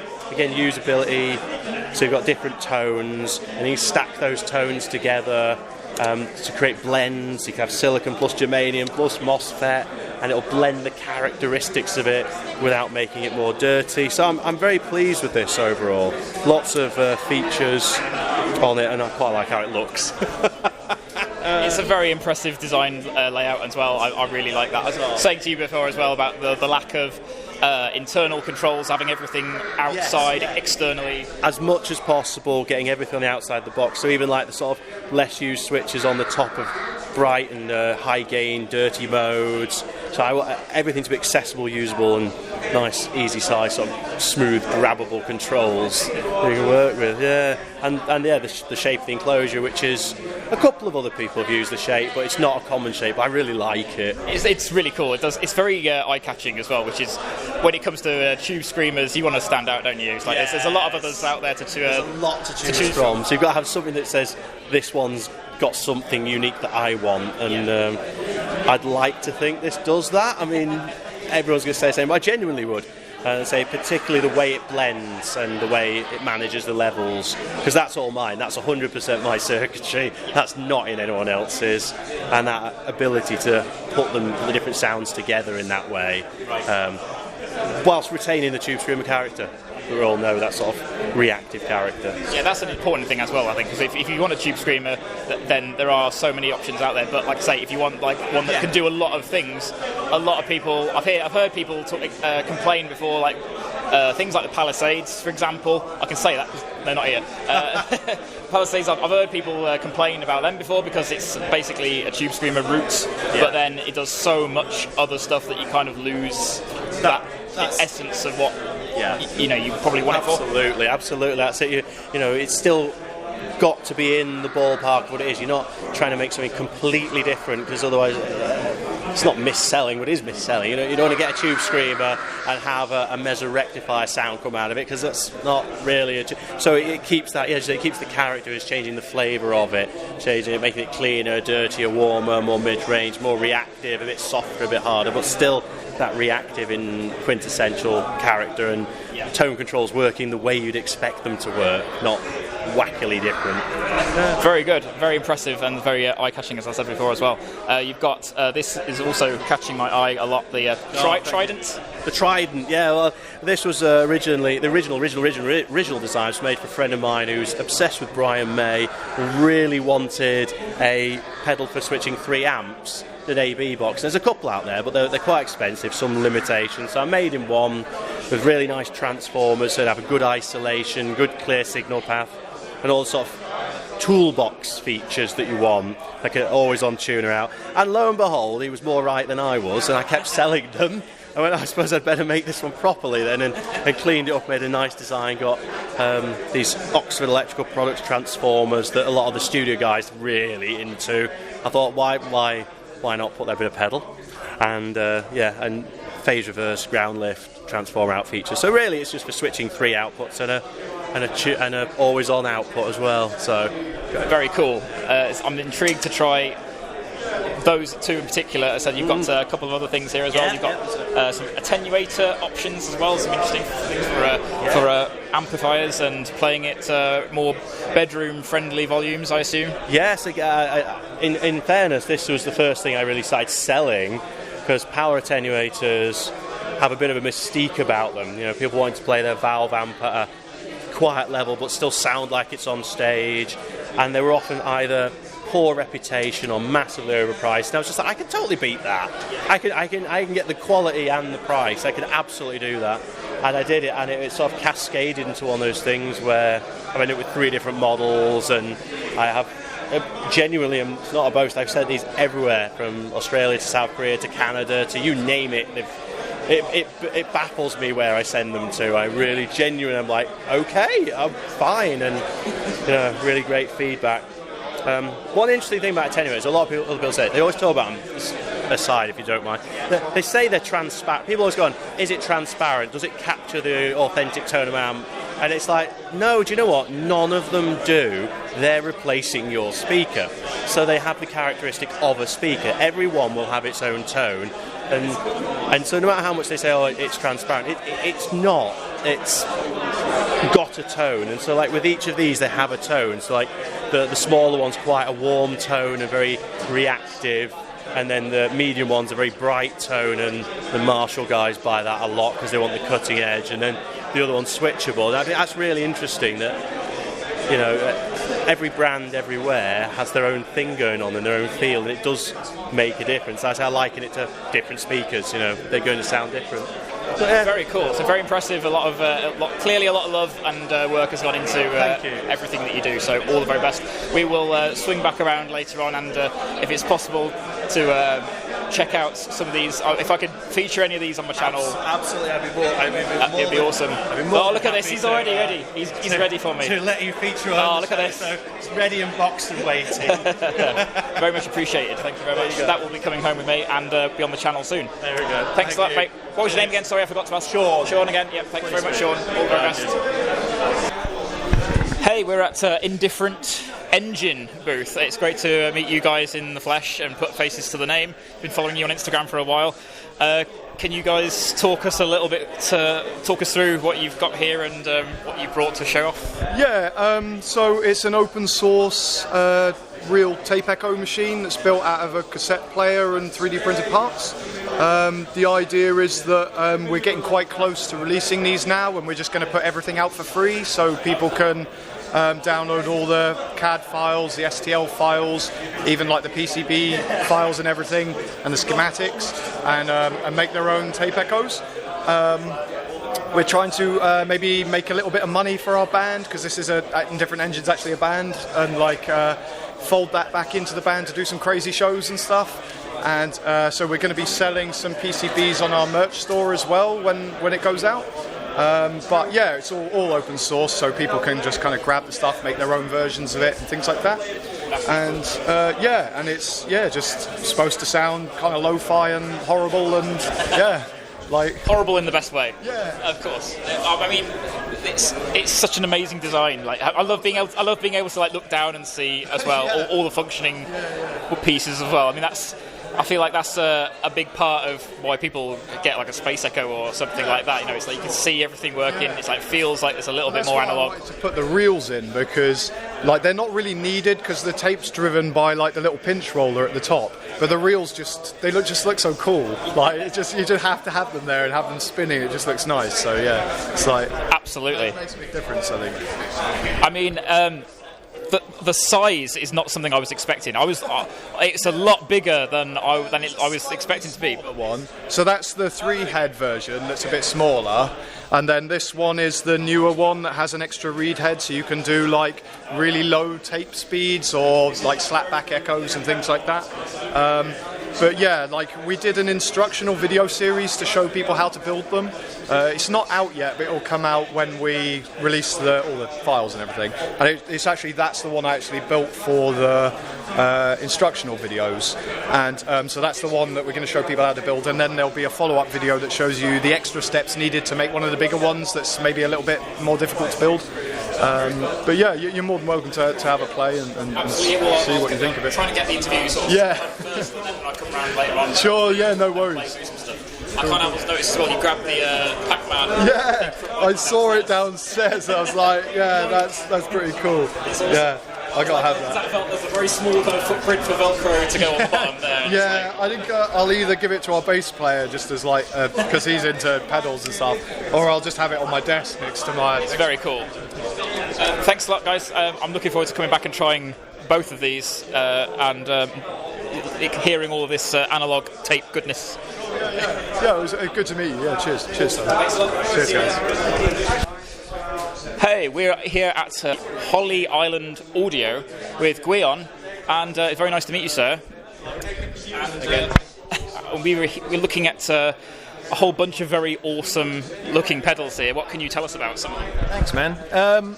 Well, these two are prototypes at the minute, so I haven't actually finished these guys. These are like the standard range, I guess you could say, the ones that I build the most regularly. So Tides is like a dirty reverb, so it's a reverb, 2 gain circuits and a reverb in one package. This guy turns it on. The primary drive is what's controlled by these knobs here. You've got your tone and gain as usual. There's an order toggle here, so you can flip that reverb from being in front or behind. You can flip the overdrive from being either in front or behind the reverb. And then this foot switch adds an extra gain stage at the end. It's like a high gain mode. And you've got swell momentary switch just so you can have it feedback for a bit. That's cool. Dry kill, voicing. Kind of self-explanatory, I guess. Angel Teeth is essentially like a DoD 250 that's just been butchered and mangled into something else. This toggle adds a gain stage at the end, same as the Tides on this foot switch. You've got clip-in options in the middle. This adds a green ringer at the start, so you can get like an octavey clang. Abracadabra is like a transformer-based octave up, in the style of like an Octavia, but I tend to say like it's designed to go after a fuzz or before a fuzz to change its characteristics. You can get like a second character to it. It tends to just make everything sound a bit wilder. And then Owlwood is pretty much like the straightest overdrive that I build. It's based off a pedal that the Cult of Luna boys were playing, and then we just sort of went down the rabbit hole of figuring out how that worked and then taking it some other direction. The 2 prototypes, Blankets is a triple PT2399 delay. It's more of a drone delay. I don't really like delay pedals, so I kind of made one for people who don't like delays. That's sacrilege, surely you say. I only speak in sacrilege. So this is the primary time here. So this is the first delay. This foot switch turns it on. this alternates between this knob and this knob. This knob is twice the length, so you can get all the noisy PT2399 stuff if you want, or you can just use it as an alternate time. So that turns that off and on. These switches here, for the time being, I don't know if it'll be on the production model, but this guy turns this one on, this guy turns this chip on, and then the middle one changes which chip's being modulated by the LFO. So when it's up, it's the end of the chain that's being modulated, so the end of the 3 chips. When it's down, it's modulating the first one. I think that's it, and there's an effects loop on that guy as well, and this guy. That's really impressive. Just hearing you describing them sounds impressive, to be honest. So I'll come round later on and actually plug in and hear some of these pedals. It's one of those things you can't really. You just need to play them to feel them. I struggle to explain stuff or articulate myself properly a lot of the time, but same, to be honest. I mean, is there anything here that you're particularly proud of, like you overcame anything like? It's just, I just love it, man. It's like the best. It's the most sort of life-affirming thing you can do. Just build pedals that are odd or noisy or whatever, and just to see people play them, it's yeah. Can't say it fairer than that. I love it. Great stuff. Thank you very much for talking to us, and like I say, we'll be back around in a little bit to hear how they sound. Thanks a lot. No probs. Fucking cramp. The next table here we're looking at, tell us a little bit about yourself, your name, and what company you've got here. Hey, I'm Mike. I run Life is Unfair audio devices. I've also got a couple of bits from Triangulo Lab in Italy that I designed the circuit boards for. And I've got a couple of bits that I did, like with Lady Fuzz, like a collaboration, and the old Devia Cymru fuzzes that I used to do. I've just finished that project up now, so I've got a couple of bits, yeah. Very cool. Thank you. So, is there anything here that's particularly new that is for 2022? This no, nothing like new. This is the most recent one we did. This collaboration with Holy Island Audio. So it's basically the Devia test pattern fuzz with a couple of extra switches, and then starve control on the joystick here. And then this side we've got a filter, which is taken from the Wasp synthesizer, and then that's swept by this left and right on the joystick, or the expression, or the control voltage. And it's got individual outputs for the high and low pass filter, so you can send it to 2 separate amps and sweep simultaneously, which is quite fun. Yeah. Anything are you particularly a fan of, or love, or rocking on your own board? Rocking on my own board. The only one I actually used, personally, is this one, which is the first one I designed, which is it's called the Dream Left Behind. But it's based on the Big Muff, no tone stack, fully gained up, but each stage is kind of dropped a little bit than usual, so you can roll your volume back. I was kind of aiming for the fuzz face thing where you crank the fuzz and then you just roll it back there. I was kind of aiming for that sort of thing. I think I hit it. Yeah. I'd say you're the first booth that I've seen with an Iridium on the table, with everything before this event kicking off and saying about it being ampless. So I was like, oh, we're going to see so many Iridiums. It's like you're the only one. I bought it because obviously this was planned a while ago. I bought it then, and it's just kind of been sat in a box until now. So, but that's fair enough. I was going to say, how are you finding it? How are you getting on with it? I quite like it. Like I said, I've barely used it, but for this job, it's sick. Perfect. So like I say, we'll be plugging into that a little bit later on and hearing some of this stuff. I'm particularly keen to actually try some of the Triangulo labs. This one's awesome. He's done a really good job just copying the CE one. I think the only thing that's changed is it's got an option to take the buffer out now. Or add a buffer in, sorry. And where else is it? The power supply is slightly different because obviously the original had a huge transformer, but otherwise it's pretty vintage correct, which is nice. Yeah, exactly. So there's a huge market in there for the CE one, and huge fans of the preamp in particular. But not everybody wants that, so yeah, it's cool to have the option to remove that on occasion. Yeah, that's really cool. Excited to try that later on. And a couple of other Triangulo labs as well. Yeah, so this one's the Mulambra Chorus, and it's tap tempo, multiple waveforms. We've got the what's this one called? Balbanera. This one's like a low pass filter. You have multi waveform LFO, and it's got envelope control as well as tap tempo. So that's pretty neat. Yeah. Cool. That's fantastic. Thank you very much for talking us through some of this stuff. And yeah, like I said, we'll come back a little bit later, swing by and plug in, hear some of this stuff in action. Appreciate it. Thanks a lot, Mike. We're here now with Goliath FX. Matt, nice to meet you, sir. What can you tell us about what you've brought with you today? So today what I've brought is my sort of range of affordable custom guitar pedals. I've only been building for a couple of years, so I've kind of been taking the step now up from building clones to developing more of my own kind of take on circuits. This is my my bass overdrive that I've developed. A couple of people played it through guitar today and said it sounded pretty good. Basically, I took a TS9 and stripped away, put a bass-friendly tone control on there with a mids and a blend.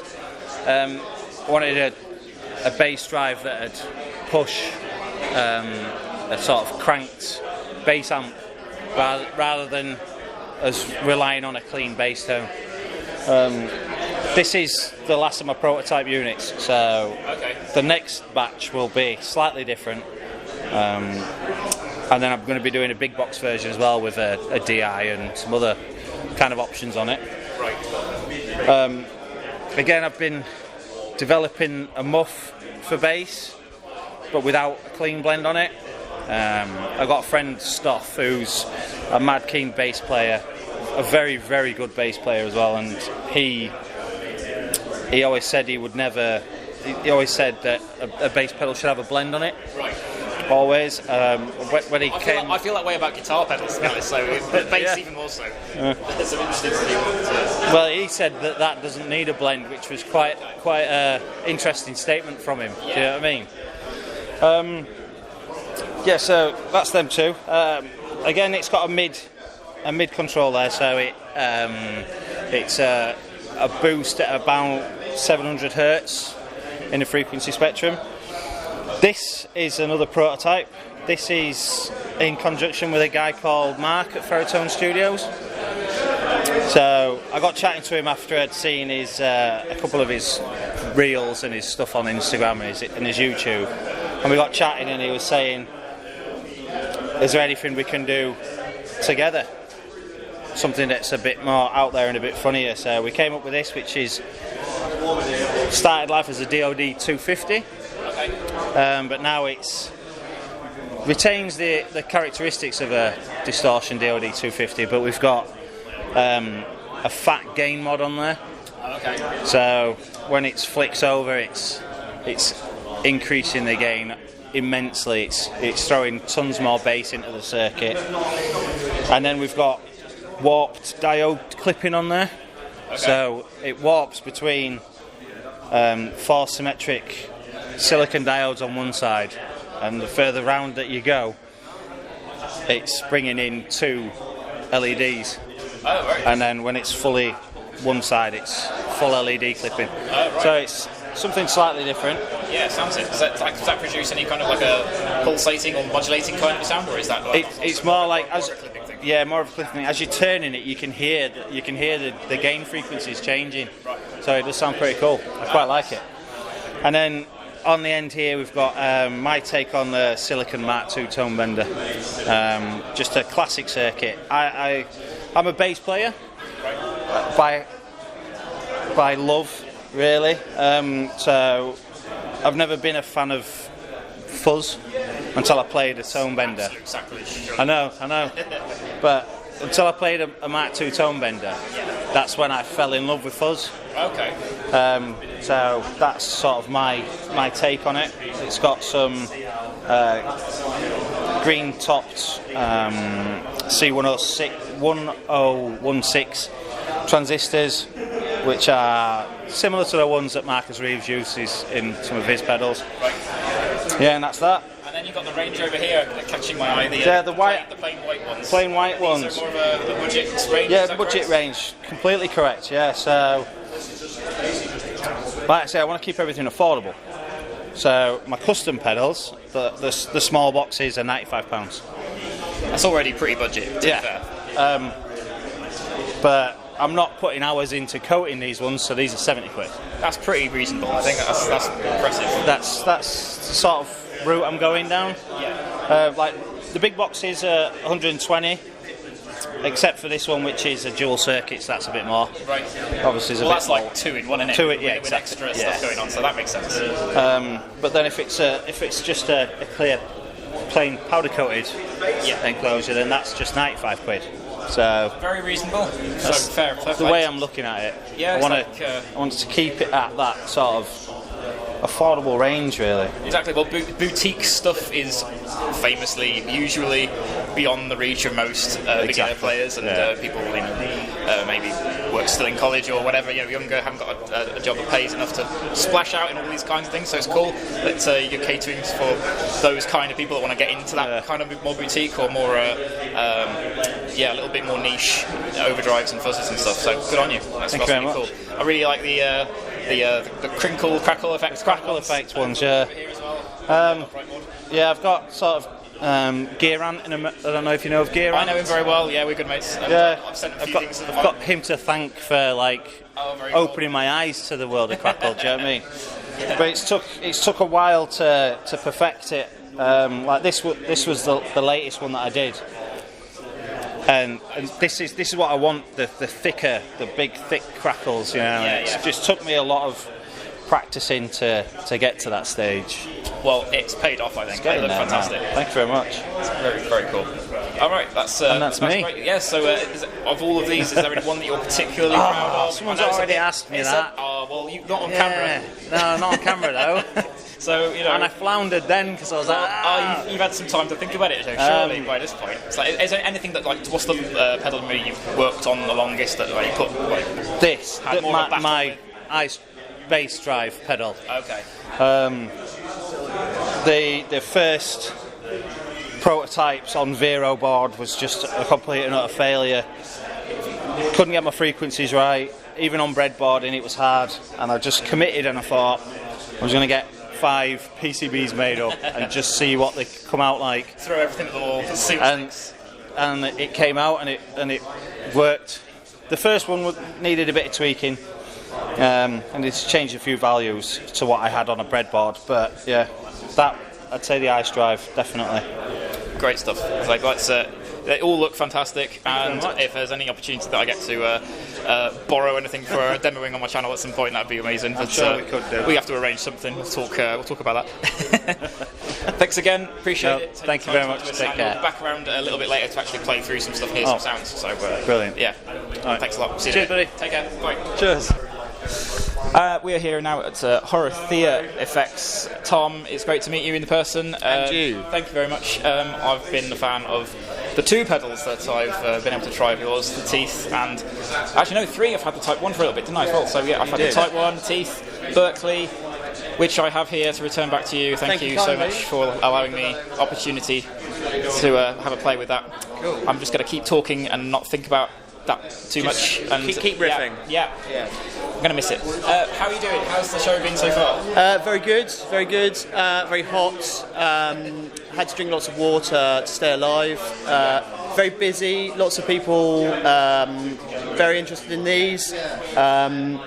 Lots of interest actually in the prototype triage. Yes, here. I was going to ask you about that. So we've got these 3 I have shown on my channel before, but if anyone that hasn't seen them before, just briefly before we get into the new one, talk a little bit briefly about these 3. Yeah, so the Type 1 here is a chorus. It's derived from the Boss CE1, the king of all choruses. It's the chorus side of the CE1, so it's got one knob which controls the rate and the depth. It's got stereo outputs, powered by 12 volts. You can make it momentary by powering it up by holding down the foot switch, like if I can do it. You put this board together too well. I have. There we go. Hold down the foot switch and power it up, and now it's a momentary foot Very switch. Cool. And now it's a latching one. Yeah, very simple, very easy to dial in a good sound. I've just recently actually changed the maximum and minimum range of the speed. I think it's actually because of you. Yes. I think I remember demoing it saying it didn't quite go slow enough. That's it. Yeah, so now it goes really, really slow, and it goes really, really fast. I only said that because you can do a trick with the outputs on this as well to get a vibrato sound. If you plug the output into mono, then it basically becomes a vibrato because it's you're ignoring the dry side and you've only got wet output. I'm a huge fan of a fast chorus. I like fast chorus effects, but when it comes to vibrato, I've always preferred like a really slow, almost impossibly kind of long drawn out kind of thing. Well, so that's just my personal preference. Now, as you can see, it's really that LED is like taking a while to do a revolution. That's awesome. So that's Type 1. This is the Berkeley. This is my take on the Univibe. This is basically I worked from an original unit, took loads of measurements from it, and then made some massive spreadsheets and made huge lookup tables and did loads of maths, multiplying loads of numbers together. And this is what came out. This is a digitally controlled but entirely analog signal path pedal. It's got 2 bypass modes. This at the moment is in the old vintage mode, which is LFO off when you bypass it, which means the audio goes through the pedal, but it's not modulated. And if you power it up, holding down the foot switch, it is now true bypass. So you can now, there's no influence of the preamp on what else is on your pedal board, all that kind of stuff. Very, very cool. It's cool. There's 3 trimmers inside, so you can also further trim it to your desire. There's a voicing, an input impedance, and a wet-dry mix trimmer inside. And what else about it? It's well, I think that's good for a start. Anyway. I like that you've got the actual switch for chorus and vibrato, obviously, as well. So there's no messing around with like outputs or anything on this one compared to if you want a vibrato sound. This is a rocker switch. Yeah, exactly. Very, very cool. Like I say, I've had it for a while. Thank you again. And yeah, it's fantastic. I did that at the Univibe shootout video recently, not officially a shootout, but it was just a general comparison kind of thing. I see how some of the kind of maybe more budget or more what's the word I'm looking for, like more in general production, I suppose, or Univibe pedals, how they might compare with yours, and it wiped the floor with all of them. So thank you, sir. It was astonishingly good. Cool. So the teeth. Here's the teeth. So I designed this from the ground up to be a very low gain overdrive, so that you can have a clean amp and just push it a little bit harder than you would with just a guitar going into it, so that you can get just a bit more presence and a bit more grit from your guitar. Kind of like a bit of an always on kind of thing. Saturation control here is a wet dry control, but it's also a gain control. I was a huge fan of that, by the way, as well. Like that's the feature that I've wanted more of on the dry pedal, is like to be able to dial in your clean sound a little bit and just to get a balance between the two. I guess as a sound engineer, it's one of those things that I always kind of think about, channels in parallel and mixing, things like that. So that's dry wet balance, and this it's also a gain control. This one here, gain stage, this sets the maximum value that this will go to when it's at full. So that's that. So this, because there's two signal paths through the pedal, wet and dry, and then they're summed together at the end. Clipping here is so you've got from soft to hard. So when it's over at soft, the top of the waveform, so it's a sine wave, has got a kind of squash top on it like that kind of thing.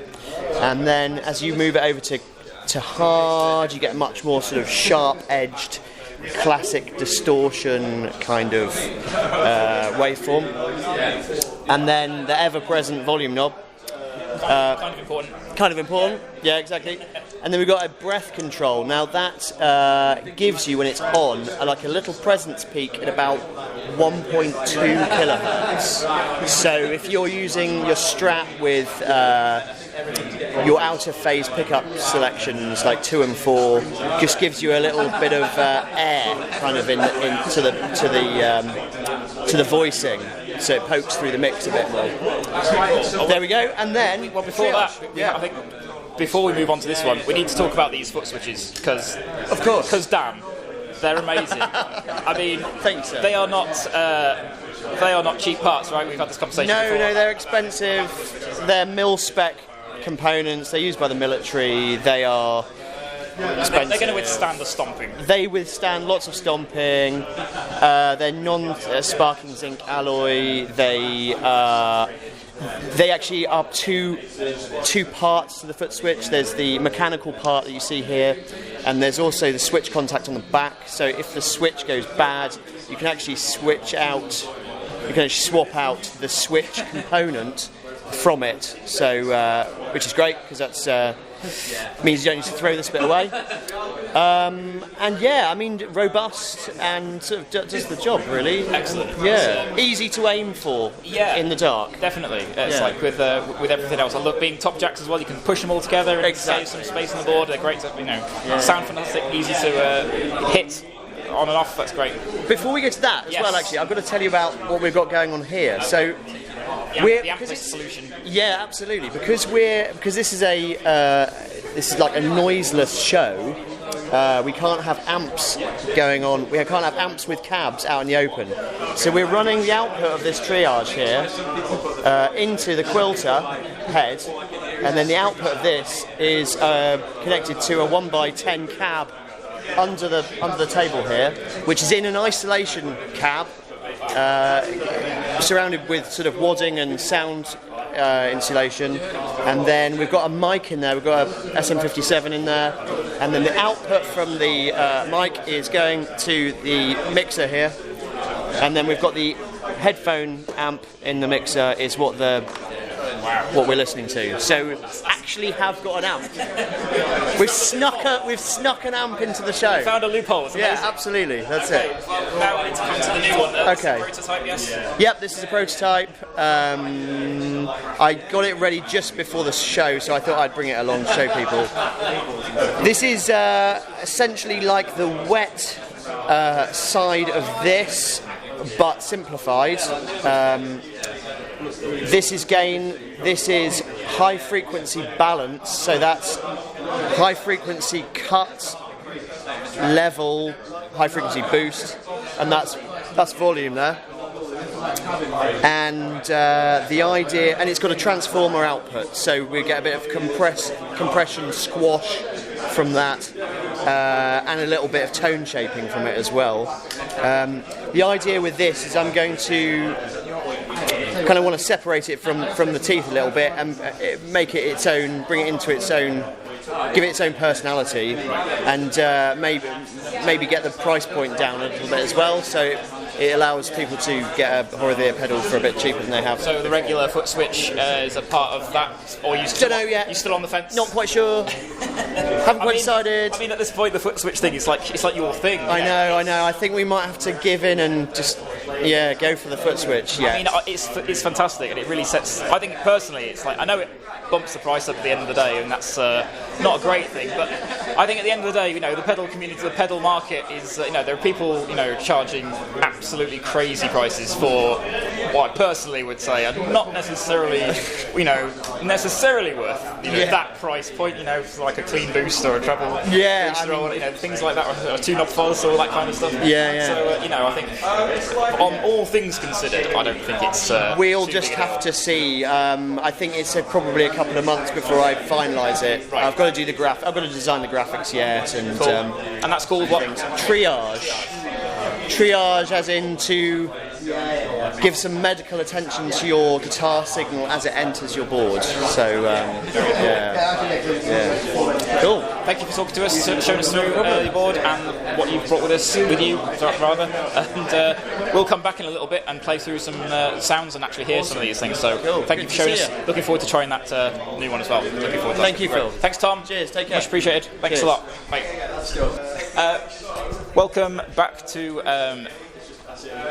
Bleak District Electric. I always stumble trying to remember, that's it. But it's a great name. I like the name. Bleak District Electric. Always Bleak, but can be. Yeah. I'm here with Phil, and hopefully you're going to tell us about what you brought with you today. Yeah, can do. Absolutely. I'll start at the top here. So this is the Mirage. It's an optical phase shifter based loosely around circuitry from the Univibe and Phase 90 with a few bits of my own. So the main additions really are this regen feedback control, multiple waveforms and tap tempo. But the sound is pretty different to both of those phases. It's just quite hard to explain without trying it. But if you know what an optical phaser sounds like, you get a pretty close idea. Obviously, the waveforms take it to a different level completely. So yeah, it dabbles, I suppose, with a lot of I don't know a lot of technical things, but I know Univibe and Phaser have a close relationship. Well, they're the same because they're doing the same thing to the signal essentially. Right. They just go about it using different mechanisms. So this is an optical. It uses a single bulb and then multiple photo resistors, it's similar to the Univibe. So it's It's very cool. I mean, the version that the pre-production prototype version I was able to play with for a little bit was pretty amazing. This wipes the floor with that. So I've heard this a lot from you, so I need to try it the full it's version. mainly this the feedback control.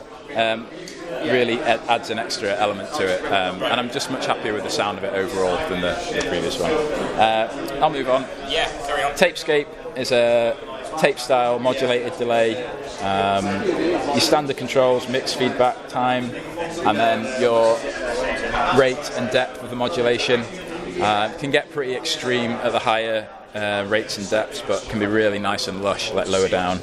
This rise foot switch temporarily, it's a momentary foot switch, and it ramps the feedback control up to almost maximum, so it's controllable from an internal trimmer as well, but it means you can, as you're playing, you can hold that down and it will just carry your repeats on a little bit, take it off and it backs away.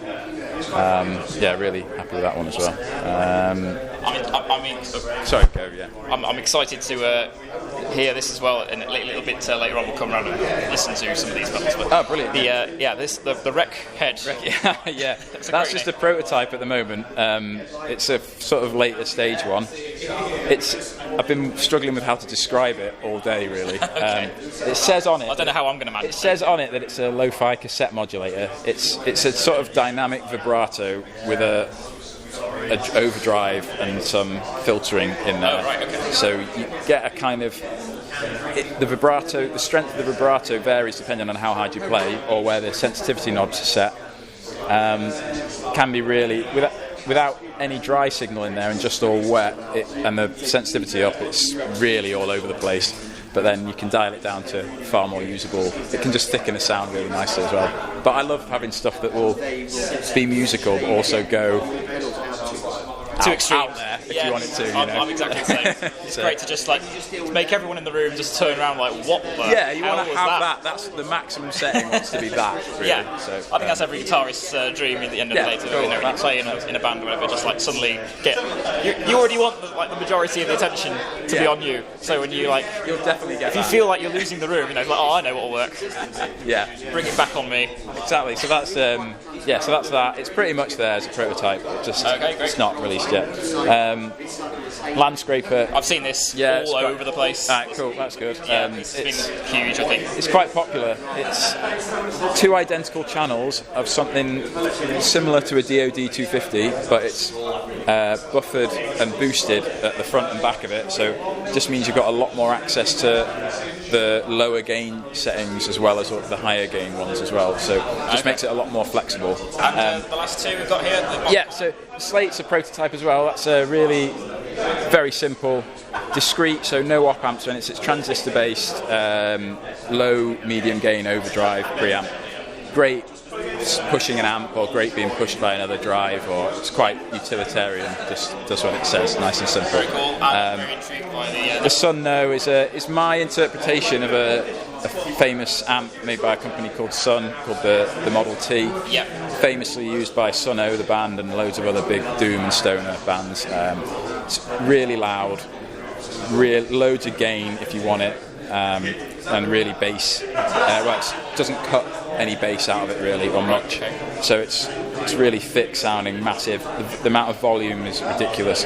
The mode switch goes from the vintage model, which is slightly less saturated but still super loud, and then the reissue model, really gainy and loud, and at the maximum of all of it. Yeah, it's great. It needs to be heard through an amp to be properly appreciated. Yeah, well, I mean, it's like the double-edged sword of the. It's great having it quiet that we can actually we can talk to people, and you're not able to be drowned out by people around you. I'm happy with it. I think it's good. It helps. I think the headphones are great for the modulations and delays. You can really hear. You spend ages tweaking the repeats of a delay to sound exactly how you want them, and then people can't hear it because it's amps. Exactly. No, it's like I say, it's pluses and minuses, but there are more pluses than not. So, I think. Yeah, it's been great. Wonderful to see all the stuff in the flesh, meet you, put a name to the face, face to the name rather. And we will be back around in a little bit to play through some of the stuff and hear it. So see you in a little bit, Phil. Thanks a lot. We're here at Alder Custom Woodworks, excuse me, with Rich. Nice to meet you, sir. And you. And what can you tell us about your products here? These are some pretty stunning looking pedal boards you brought with you. Thank you. Primarily specialise in hardwood pedal boards. Everything's bespoke, custom, made to order. I've got half a dozen different models, but based along the same theme. Hardwood frames, you choose your woods, you can choose your finishing options, they all come with cases. All of the tapered models are hinged, so you can hide pedals inside. Switcher systems, we have cutouts like this board, or full boards. It's basically, my ethos was, everyone has beautiful guitars, everyone has beautiful amps, everyone has black metal pedal boards. So I wanted to take that idea of beautiful instruments and apply it to the last aspect of your rig to make that just as beautiful as everything else. I've expanded recently into guitar cabinets and custom enclosures for amps as well. Custom enclosures for amps. So we've got, that's one of the newest model of speaker cabinet that I do. It doesn't even have a name yet, it's that new. But we also do fully hardwood and traditional type speaker cabinets as well. So I know my mate here was caught his eye a lot. This amp, he was particularly drawn. That's amazing, really stunning. So. Which of these is there a flagship, or are they just you're just proud of all of them equally? Yeah, I wouldn't say there's a particular flagship model. There's popular models. So the Taylor Pro, which is the Tolex covered ends with the hardwood in the middle, that's been this year's most popular model. Keeping roughly alongside that's the Journeyman, which is about the same size as a Pedal Train Classic Junior. Right. Definitely the two most popular models. But other than that, everything's just about as popular as each other, really. I'm guessing there's a lot of room then for each customer will have a different take or a different requirement for what they're after, size and things. Yeah, the two models are a set size. So the Journeyman Grande and the Journeyman are the size they are. But all other models can be custom designed for literally anything. So your choice of woods, your choice of materials, if it's wrapped ends, case materials, case design, connections, size, design of your top board, literally everything can be customised. That's very cool. This stripe is catching my eye on this board. That's really nice. So you've got the 3-piece stripe going. Is that running all the way through the back, or is that on the front? Yes and no. It's that was just something random I did. This is my board. Oh, okay. But yeah, it's all hardwoods together, and then on the other side, it kind of inverts it. Oh, that's amazing. So with the wengi in the middle as opposed to the cherry, and the cherry on the ends rather than the wengi. That's so cool. I really like that. Thank you. Excellent work. Fantastic. Thank you very much. Oh, you're very welcome. Thank you. It's always great to... we've seen a lot of pedals today, so it's nice to kind of branch out from that a little bit and see something else. This is where they go. Yeah, exactly, yeah. So they're very important and often overlooked. So, yeah, I appreciate taking time to go through your selection a little bit. Yeah, thanks very much. Take care. All the best. Have a great show. Cheers. Thank you. So, here we are at Fredric Effects with the... wonderful Tim. I'm glad that you're tall as well. It's nice to be on a level. It helps the framing, doesn't it? That as well, yeah. But it's just nice to be not looking down all day at various people and sitting behind booths and stuff, obviously as well. So I've had to kneel down a little bit at a few occasions just to kind of not be towering over people too much. That makes sense. What have you brought with you to today then? I brought the full and extensive range. One of the next plans, the next things we want to do is probably narrow down the range a little bit. But currently there are about 25 to 30 sort of recreations of vintage fuzzes, original ideas, and a couple of preamps, that sort of thing. Very cool. What's new for 2022? New for 2022. We're moving towards these fun little wedge enclosures. So the next one of those will be the Blue Monarch. Will be in one of those. We already have those printed and manufactured, so we've got a couple of those original ones left. They're moving to the new ones. And the Deeply Unpleasant Companion, which is a kind of a base version of the Companion fuzz with a clean blend, and the new ones will have a scoop control and overall gain control. Those are going to move to the new wedge enclosures as well. Very cool. Yeah, and the best seller at the moment is the Super Unpleasant Companion Nouveau, which is a slightly smaller version of the Unpleasant Companion, Super Unpleasant Companion, which has the Companion fuzz, the Super fuzz in one pedal. Wow. Okay. Very cool. And top jacks as well. I noticed as well. You're moving moving in that direction. Yeah, I think that's the way to go. Really, a lot of people don't have a preference, but those that do have a preference are adamant they will not. They will not tolerate any side jack action. I mean, personally, I prefer top jacks, but there's always a place for a side jack pedal on a board, on an overcrowded board. It can be sometimes a really useful thing to squeeze into a space. I think it makes things streamlined to have the jacks at the top, but I'm pretty ambivalent. I mean, I think Boss and Electro Harmonics and MXR. Do Ibanez still make pedals with the jacks all at the side? Right. And no one has a problem buying them. So yeah, it's quite right. Yeah. That's fair enough. So is there anything that you're particularly proud of? Maybe nothing that's necessarily brand new, but just meaning, that's the pinnacle of my. Oh, work. I think. Well, I'm particularly proud of bringing back a couple of East German effects. Oh, right. The Regent preamp, which was based on the preamp of a Vermona Regent 150 amplifier, which was a little boxy amp you could buy in East Germany. Okay. And so I've taken the preamp section for that and run it on its own with a voltage doubler. And it sounds very nice. It's a very nice hi-fi sounding preamp, and it is a good sort of tone shaping pedal.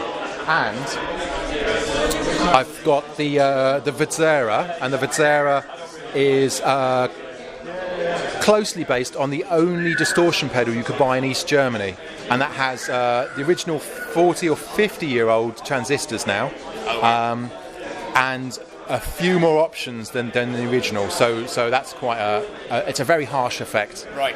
And it was the only distortion you could buy, and it was pretty harsh and full on. So you're saying component-wise, then, does that make it quite hard to source parts for those, or have you No, been able to work around that? I managed to source a great quantity of the original transistors, so I'm sorted for those. But it was hard to find them initially. Right. Yeah. So but whenever you hear that with the pedal, it automatically means limited edition, limited production run. yeah, I think the quantity of transistors probably exceeds the worldwide demand for an East German reissue. You're not too worried then. I think the demand worldwide for such a pedal is probably about 250 units. You're covered. Yeah, we're fine. Right. Yeah. That's fine. Thanks very much for showing us some of your pedals, and we will be back around in a little bit just to play through some and actually hear what they sound like. So, very good. Thank you, Tim. Appreciate it. See you in a bit. Thanks. In a bit. Cheers. And we're here now at Leyland Pedals with Cale. Nice to meet you, Cale. Nice to meet you. And what can you tell us about what you've brought with you today? Basically, a year and a half ago, maybe. I wanted a pedal, one of these over here, a Boss DF2, but nobody makes them anymore. They keep going up in price, and you can't get them, really. And they have a few problems, like they're not loud enough. So I made a clone of it. I drew up a schematic, I tweaked it, made a custom PCB, soldered it all together, and I made it into a full pedal. I posted it online. Mainly to some people who are fans of bands that use this thing, and they all wanted to buy it. So I made a few more, and they all got sold. Made a few more, they all got sold, and I thought, right, well, I better do something about that. And now I'm here. Well, it's a pretty, I wouldn't say minimalist, because you've got a few cool-looking pedals here. But what can you talk us through with these four? Yeah, of course. I'll go from that side onwards. So this is a Octafuzz, basically. It's based loosely on a Fox tone machine, but with no mid scoop. I took that out, just a regular tone control. It's a fair bit louder as well. The octave on a switch there that I'm thinking of putting on a separate foot switch, but that can come later. And this is probably the main selling feature, I suppose, is there's two tone controls, one for the whole pedal and one for just the octave. So you can bleed some high end out of that upper octave to make it not quite as eye melting. Right. That's the main thing of that. I'm really pleased with it, actually. It's really good into drive and on its own. Sometimes Octafuzz can be a bit harsh just into a clean out, but yeah, I'm really pleased with that. I suppose next, this is the Oversaturated Market. So named because I discovered a fuzz circuit completely by accident, but everybody does that. There's tons of them, and here's another. It's 3 boosts, all running into one another. The front is like a Zvex SHO. Okay, yes. And then into 2 Electro-Harmonics LPB1. Yes. Using a couple different transistors in there. And yeah, it's sort of tone bendery, kind of big muff, but there's not really a scoop in there.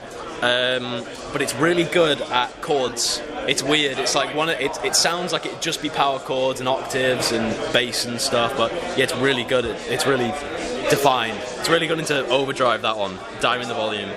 Yeah, and then does everything. The eye is drawn next to it. This it's really cool looking. I like the dual LED thing straight away. What have we got here? This is the Hum Along. Yeah, the Hum Along, so named after probably my favourite band of all time, Hum, who are a band primarily from the late 90s, from Illinois in America, and they were part of sort of like their contemporaries were like Deftones and the Smashing Pumpkins, right? All that kind of sort of riff rock, alternative.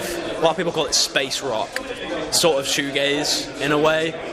Not to use that word all over the place, but it's a bit of a buzzword, but it is that kind of thing.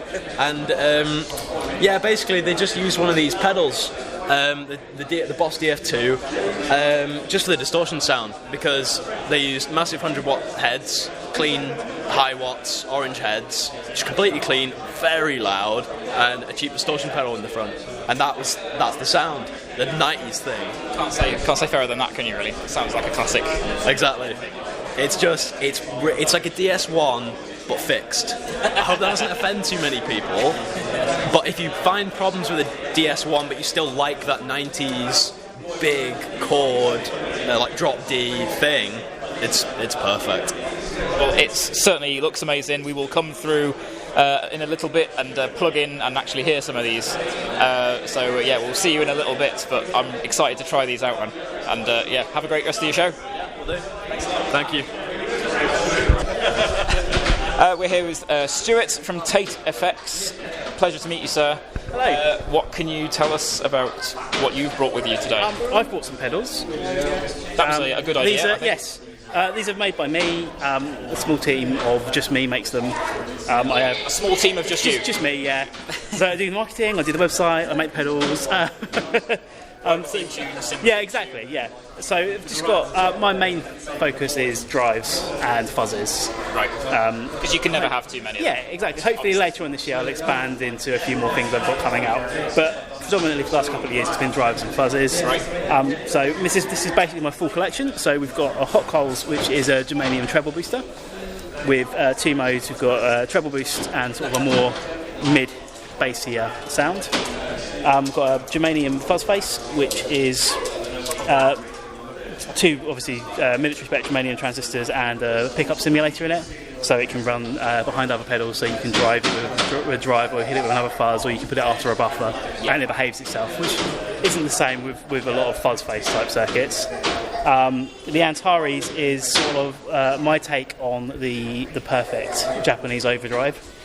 So it's part Tube Screamer, part SD1, which is part Tube Screamer anyway. With a parallel clean blend, so you can blend in some of that stuff. Can I say that's something that's missing, sorely missing from so many drive pedals? A clean blend. Some of it doesn't work on though, so I think this works fine. This works good, but on some of the higher gain stuff, I've tried putting clean blends on, and I think it loses the point of the high gain. I get that. Yeah, that's fair. Anyway, yeah. So that's the clean blend. This one works quite well on guitar and bass. This is the Rodent 308, which is pretty much no prizes for guessing. Pretty much straight up classic Rat. During the lockdown, I treated myself to an 88 Rat, and I loved it so much I copied it. As you do. So this is using this batch is using National Semiconductor 308s from the 90s, so the proper chips for the proper circuit. Yeah.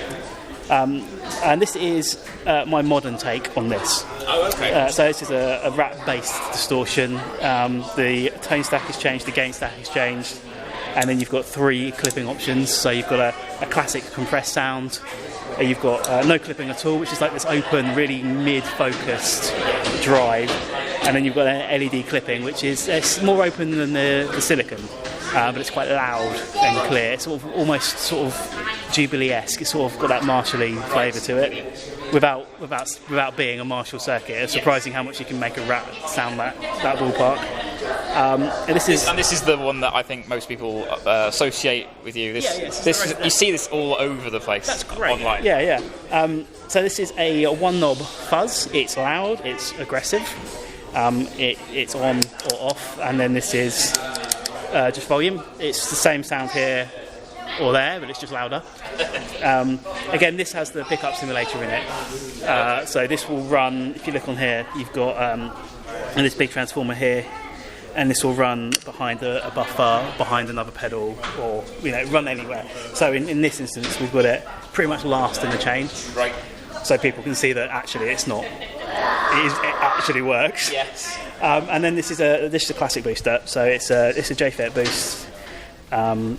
It's got like 6 parts in it, which means it's super just basic, and it does what it says on the tin. So if you run it on 9 volts, it's about 15 dB, and if you run it on 18 volts, it's about 20 dB. Oh wow, okay, that's cool. So if you run it into the front end, you can really pummel on the lamp. If you run it in the effects loop, and you get it as a loud enough headroom amp, you get like a nice audible boost. Right, very cool. I love the artwork on that one as well. That's awesome. Awesome, great. What's the pink one you got? Oh, the pink one. This shouldn't be here. This is really? This is a prototype. This is. Are we getting an exclusive? Yeah, this is going to be the next thing, which is basically a Raise the Dead. Yeah. But with a switchable octave up.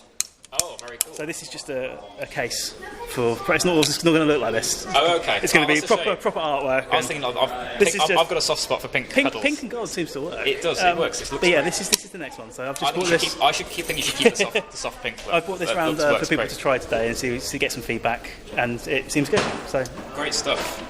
So, is there anything here that you're particularly proud of that you think, oh, that's my baby? I spent long working on that. Probably the Antares. Yeah, that took me a long time to get how I wanted it to, and a lot of iterations, and I'm just happy with it, and it's great, and I like, I just think looking at the internals with that duration.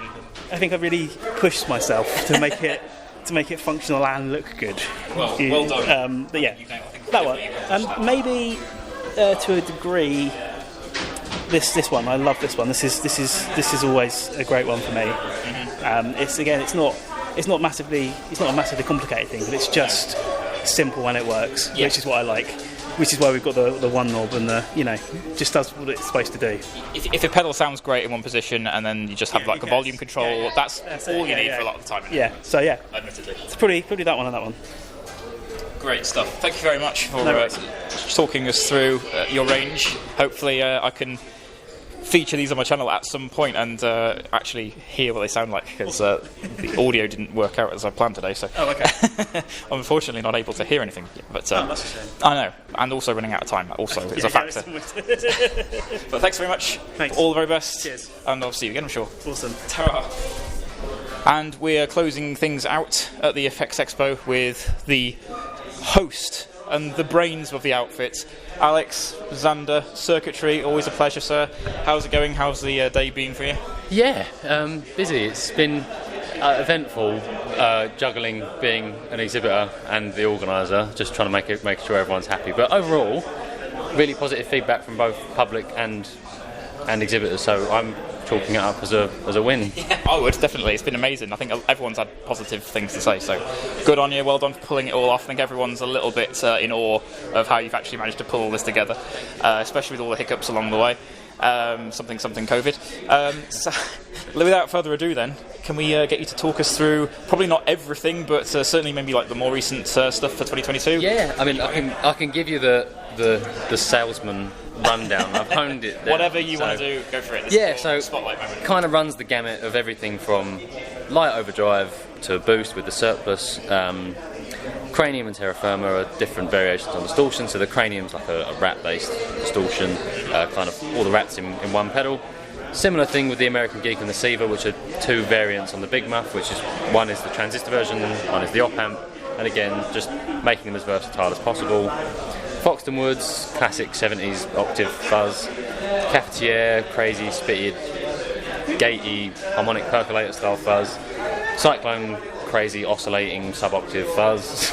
Sono, bass preamp and fuzz, with individual clean blends. And then the three big boys along the top are the Junipero, the Duplo and the Templo, which are a multi-modulation, multi-delay and multi-reverb pedal with all the bells and whistles of tap tempo, MIDI expression, all that kind of stuff. Right, well they obviously immediately draw the eye, these are the big boys. So the Junipero, however you want. So how you say it's a multi-modulation? What does it cover? How many? So there's eight modulation effects that cover everything from there's a couple of choruses, a couple of flanges, different like normal and through zero, phaser, tremolo, harmonic tremolo, and then a kind of Leslie-ish like vibrato phaser and tremolo kind of all in sync, where you get those elements of, like you would get with a Leslie, where you kind of get phasing and pitch shifting kind of all swirling round at once. Very, very cool. And the Duplo? Yeah, so the Duplo is kind of, again, 8 different effects, ranging from a tape emulation, an old analog like pink box analog delay emulation, a couple of modulated ones, a couple of lo-fi ones, and then kind of tailing it off, the last 4 are multi-head tape delays, where you can kind of dial in the volume of that kind of second head, where you get a subdivision off of the main ones, just to get that kind of rhythmic delay sound. Very cool. And the Templo, this is the new one, yes? Yes. Yeah, so the newest edition is the Tempo, which kind of rounds off the kind of trifecta of them. And can I say, being obviously an exclusively British builder event, very, very few reverbs, so it's awesome to see a reverb. Yeah, it's cool. I mean, this one was like, it came last because it was kind of the hardest one to get right. Yeah. But yeah, again, so you've got 8 different reverbs that go from everything from like your standard spring, room and hall, and then through to a couple that we've named things like whirl and spectral, which are kind of a multi-modulated reverb, and then also like a shimmer octave reverb where you have the lower and the upper octave, as well as some weird kind of lo-fi ones as well. So kind of an all-rounder, and then combining it with the fact that you've got like a tap feature for the decay length, kill dry switch, again presets, MIDI and all that kind of stuff. It's kind of an all-in-one like utility reverb pedal. Fair play. And obviously I'm guessing all digital for these 3? Yeah, so digital on the wet signal, but analog dry through. Okay. So the mix dries, the dry signal always is unaffected. Awesome. That's really cool. Looking forward to trying through some of these. It's taken most of the day to get around everyone to speak to them, so we haven't got long left now to actually play through some of these, but we'll do our best to. Thank you very much, Alex. Again, kudos on pulling this off. I'm guessing, does this mean a success? If it's this much of a success, are we going to go and see another show next year? I hope so. I think, judging from today, I think it's been done well enough that I think it warrants a second one. I think so, definitely. Maybe a different venue. I know on your channel you've hinted or spoken about maybe moving it around the country a bit in the future. Yeah, I think so. Probably maybe one down south, one up north, and we'll just kind of move it around and bring it closer to people. Sure. Well, I can't really say anything as I've literally fallen out of bed and come straight here from like down the road. So the next time I'm not going to have any kind of complaint, I think, about having to travel a little bit further to get to the next one. Thanks, Alex. We will come back and play through these in a minute. No problem. Cheers. Thanks a lot. Appreciate it. And that is a wrap. As you will have probably picked up from a few of the clips that you've just seen, I had fully intended to go back around everybody after interviewing them and get some sound clips of a few of those pedals. However, unfortunately, I ran out of time, and also technology started to fail me. So batteries were starting to run low, and things were acting up, myself included. It just didn't happen.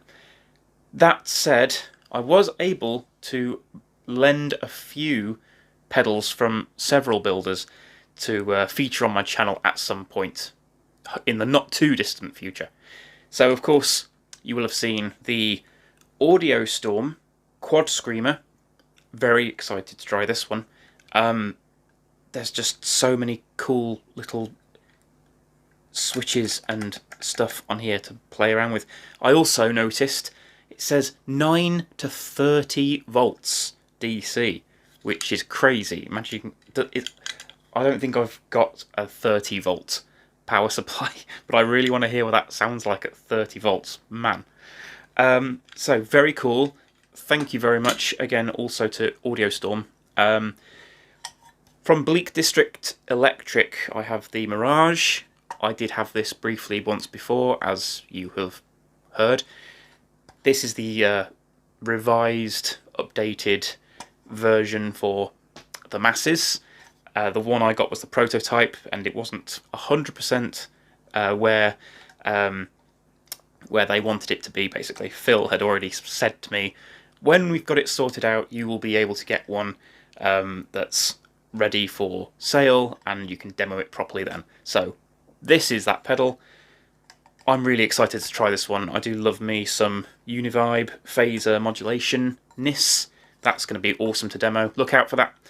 And then, of course, we have the lovely Kale at Leyland was able to lend me a bunch of his pedals. So I've got the Head Full, Oversaturated Market, and the Hum Along. Very, very excited to try all of those. Huge thanks to all of those builders for trusting me, allowing me some time to play around with their creations. And there are plans, there are talks in the works for trying out a few of the others as well. So yeah, watch this space. It's going to be an exciting time. All things considered, I think this FX Expo was a resounding success. Everybody had a great time, myself included, and I'm really looking forward to them doing it again next year. So thanks for watching. I know this was a ridiculously long video. It's probably going to take me about a week to upload it. But yes, I'll leave some timestamps in the bottom to help a little bit with navigating this video to try and find the exact builders that you might want to see. And yeah, like, share, subscribe, all of the usual kinds of stuff. Thanks again for watching and your continuing support with the channel, and I will see you all again very soon. Bye!